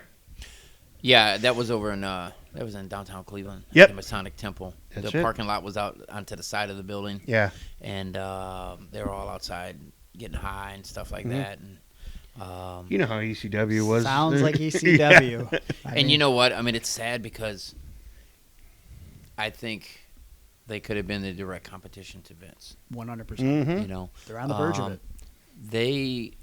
They was building their own brand, and that's what you need. You can't go head to head with Vince because you'll lose because ain't nobody got more money. But you got to build your brand in order to compete. And I think But see, it's just changed so much these days with the way it is. It's just I don't know if there'll ever be another battle for the top positions. Yeah. It's hard. I mean, like, you have AEW. That's the closest thing that we have right now. But because they got money. You know what I mean? I bet, again, That dude could sign anybody. Anybody. Yeah. Right. And the thing is I mean, but if you look on it, do you want to sign up the guys that are really, like, not talk bad about them, but washed up? You know what I mean? That's what we used to say back in the day. Sure. Washed up. Yeah. You know, like the Big Show. What's he going to get? What's he going to do for you? Right. I mean, seriously. You know what I mean? Sure, he's a name, but, I mean, he's sitting behind doing commentating. He ain't selling no tickets. So, And to me, I didn't want to watch him wrestle when he was in WWE because they buried him so much. Right. He was getting the shit beat out of him by Yeah, how does Stephanie McMahon. Right. And How does a dude that's 7 foot plus get beat up? every day. Right. Every like Hurricane Helms. Okay. Or better yet, a Hornswoggle. Oh, Kicking boy. his shins. Hey, that's your boy, Aaron. fuck that guy. Okay. Oh, sorry. Did I shoot? All right. Rod, what have you been up to present day? Own my own business. I've owned my own business pretty much since I was 18. So, doing asphalt, keeping busy every day, living life, enjoying it, enjoying the single life. Any cool. single ladies out there? Hey, Even if they're married. that's right. All right. Okay. As long as you don't get caught. Home wrecker over here. That'd have been a good gimmick. If someone wanted to contact you about asphalt, Absolutely. how could they get a hold of you? Oh, they can go on to expressasphaltsolutions.com, Facebook, Rodney Hilton, my real name, Instagram, Express Asphalt Solutions, and pretty much just the social media outlets. Sweet. And I ask everybody who does a show this because, some might say that I'm sort of an inspiring guy. I don't know. It depends on who you talk to. If you talk to Aaron, you won't say that. Yeah. Right. Talk to me. Rod, what inspires you? What keeps you going? What keeps me going is money. I knew he was going to say that. I was about to put up the finger sign because that's everything that this dude has ever told me since day one when I met him. Hey, that's a good drive. Yeah, money, yeah. right? The time we met in the damn hotel room or in the hotel lobby Yeah. when he was bringing in Tommy Rich, that was the It's all first about thing. the money. Yeah. Well, Rod, do you have any parting words you want to share with Aaron? Any fond memories about, like, you guys have been lifelong friends and business partners? No, This total enemies. Right. And bitter enemies at various times. Anything you want to tell Aaron right now, right here? I'll end in it front of on all these this. people. I'll end it on this one right here. Hey, bro. Well, here's what I want to say. Yeah, go ahead. I wanted to heel out on this guy because we've done it in the past where I've tried to shit on him and stuff like that. Yeah. But I've also, to be fair, talked about how many things that he's taught me through the years. Yeah. But we had such a good time. Well, I did anyways. Such a good time doing this interview. And that there was no way I could start healing out on him. Because we were all laughing. We had a great time. We had a good conversation. Mm-hmm. 3 dudes hanging out, living the life. And this guy keeps getting calls and texts throughout the interview, but he's so professional. He's a businessman. Yeah, I know. But All one right? thing I can Business must honestly be say, booming. one thing I honestly say is it just goes to show you if you look back on the pro wrestling and like Aaron said, business. I've been in business since I was 18 years old. You make relationships out of business, and me and Aaron made a lifelong relationship out of pro wrestling business. Yeah. Heck yeah, man. I mean, we've made money together. We lost money together, but it's a business. Yeah. That's why I didn't promote very long with him. Right. I had to kick him to the curb like I kicked KC Stryker to the curb. And he was like, well, I could do this myself. And I was like, oh, okay, And then I because had I don't have any money left. I had the Cherokee Indian. He had my back. Walt. Okay. Jesus. All right. Well, on that note, until next time, this was Rod. Thanks for stopping by. Absolutely, my pleasure. And hey, bro, until we see you again. Hey, bro. I miss you. Hey, bro. That was the interview with Rod Destiny. I can't believe that this was a thing that actually happened. We thank Rod for being on the show, and I think that there's a lot more we can talk about with Rod in the future. Some of his stories, a little out there for sure. It was quite the experience being here with the Enforcer live and in person for the first time ever. And actually, we talked so long that we actually have another hour with Rod Destiny coming exclusively on Patreon because we shut off the mics and the stories just kept coming. So I turned the mics back on and we went another hour. So if you want to hear that, $3 over on patreon.com/Iron and Wrestling. Get another hour with Rod Destiny. And hopefully he'll be back in studio again at some point. He resurfaced and we're very thankful for that happening. But we heard so many stories. A lot of them were very interesting. And Aaron, if Rod were to come back in studio, I want you to give me 3 stories that Rod didn't tell that you would like to hear him talk about on this podcast. Right. I always wondered why after he trained Toby Rudo to wrestle, right before the big spot where Mr. Rudo, Senor Rudo, was supposed to debut, he demanded that he get a flannel shirt and tie it around his waist before he came out, or else he wouldn't come out and debut. Mm-hmm. So I had to go home because I lived across the street from the building. Yes. And I had to find a flannel shirt. Because Rod demanded this. Yes. So that's a real thing that happened. Number 2, Rod once told me on our way to Pennsylvania for a wrestling show, we stopped at McDonald's. And he told me, I asked him to shoot with me on the whole Animal Steel situation. He told me there were 3 Animal Steels in real life. Why? So what? I know 2 of them, George and Howard. I need to know who the 3rd one is. I would like to know the same thing. True. And the 3rd one I would like to talk about is, why did Rod decide that Lee Greenwood's I'm Proud to Be an American was, quote unquote, the new national anthem? Yeah, that's... but I can say this. Vince McMahon loves to start off WrestleMania with America the Beautiful. Yeah, but that's not the national anthem. So I think Rod just wanted to start off his shows with a little something different. However, he had Hank announce it as the national anthem. Yeah, yeah, and then he was very embarrassed when it definitely was not the national anthem. Hank was embarrassed, yeah. Well, hopefully sometime in the near future we'll have Rod back in studio to share some more stories. And this was a long time If the people coming. want it. If the people want it. The people were very excited when we announced that we were having Rod. And so I don't think they're going to argue against having him back. But with that being said, that's it for this week. Hope you enjoyed this episode. Episode 98. You know, we're 2 away from the big 100. Ooh. It's crazy, right? 100 episodes. Wow.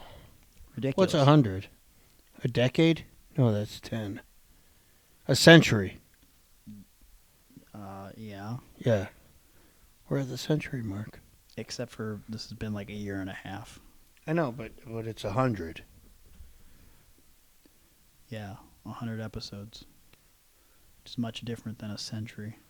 You're a century. Come back next week for episode 99. We're going to party like it's 99. You see what I did there? And who are you going to have as guest? Prince Ayakea? I once did. You said party like 99 and. Yeah, I once had an OVW tryout, and he was randomly there with his son. Oh. It's random. All right. Okay, just thought I would mention that. Piece of shit.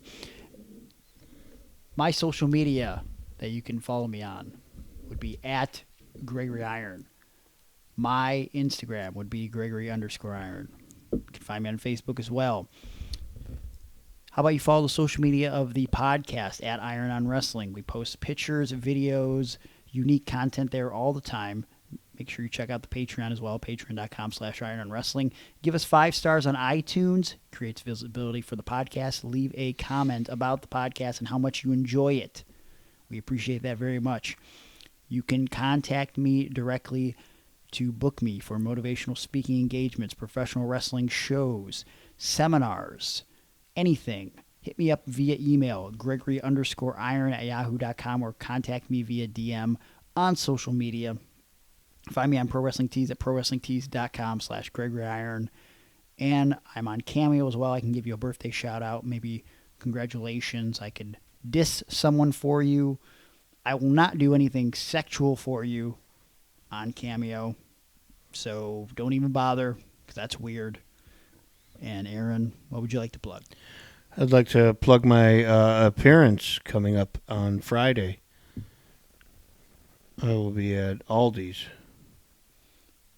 in Elyria. I believe it's Aldi. I'll be at Aldi. Do you like Aldi's? I love Aldi. Aldi's nuts in your mouth. Okay, well, that was immature. Huh? Unnecessary. No? Does Aldi still make you put a quarter in the shopping cart? It sure does. Wow. What a weird thing that only Aldi does, so you don't But steal there's the this shopping weird cart. like bond between Aldi customers where like you're walking up and you have your quarter in hand and then like somebody walks out of the market and they go, "Oh, no need. Here you go." And they give you their cart. But you're like, for me, I'm trying not to look at them directly in the face. Like I'm trying to avoid them. But they're screaming, "Just take my cart. Just take mine." Oh yeah, they do that. Yeah. Yeah. And then I try to give them the quarter, and they go, "No need. I got you." Like, why is that a thing? It's like they did just some big deed by Yeah. giving them a quarter. Gotta love Aldi's. I guess. So, Whatever. that's where I'm at. All right. What a way to end the show on Aldi. What about Save-A-Lot? No love for Save-A-Lot? Do you want a kiss? Yeah, let's just do the kiss and end the show. Happy birthday, Jen. Huh? And I'm proud to be an American, where at least I know I'm free. And I won't forget the men who died, who gave that right to me. And I'll gladly stand up next to you and defend her still today. 'Cause there ain't no doubt I love this land. God bless the USA.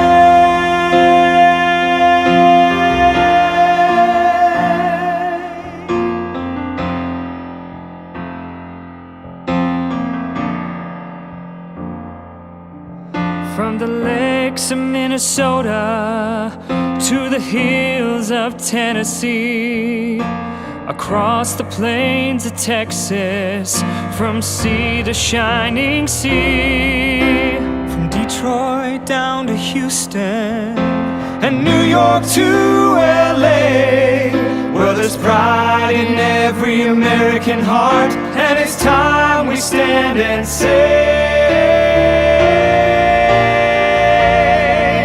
that I'm proud to be an American, where at least I know I'm free.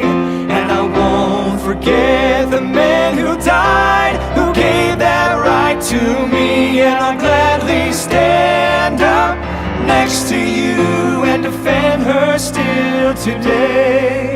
'Cause there ain't no doubt I love this land.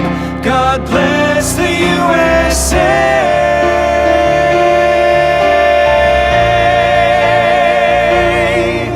And I'm proud to be an American, where at least I know I'm free. And I won't forget the men who died, who gave that right to me. And I'll gladly stand up next to you and defend her still today. 'Cause there ain't no doubt I love this land. God bless the USA.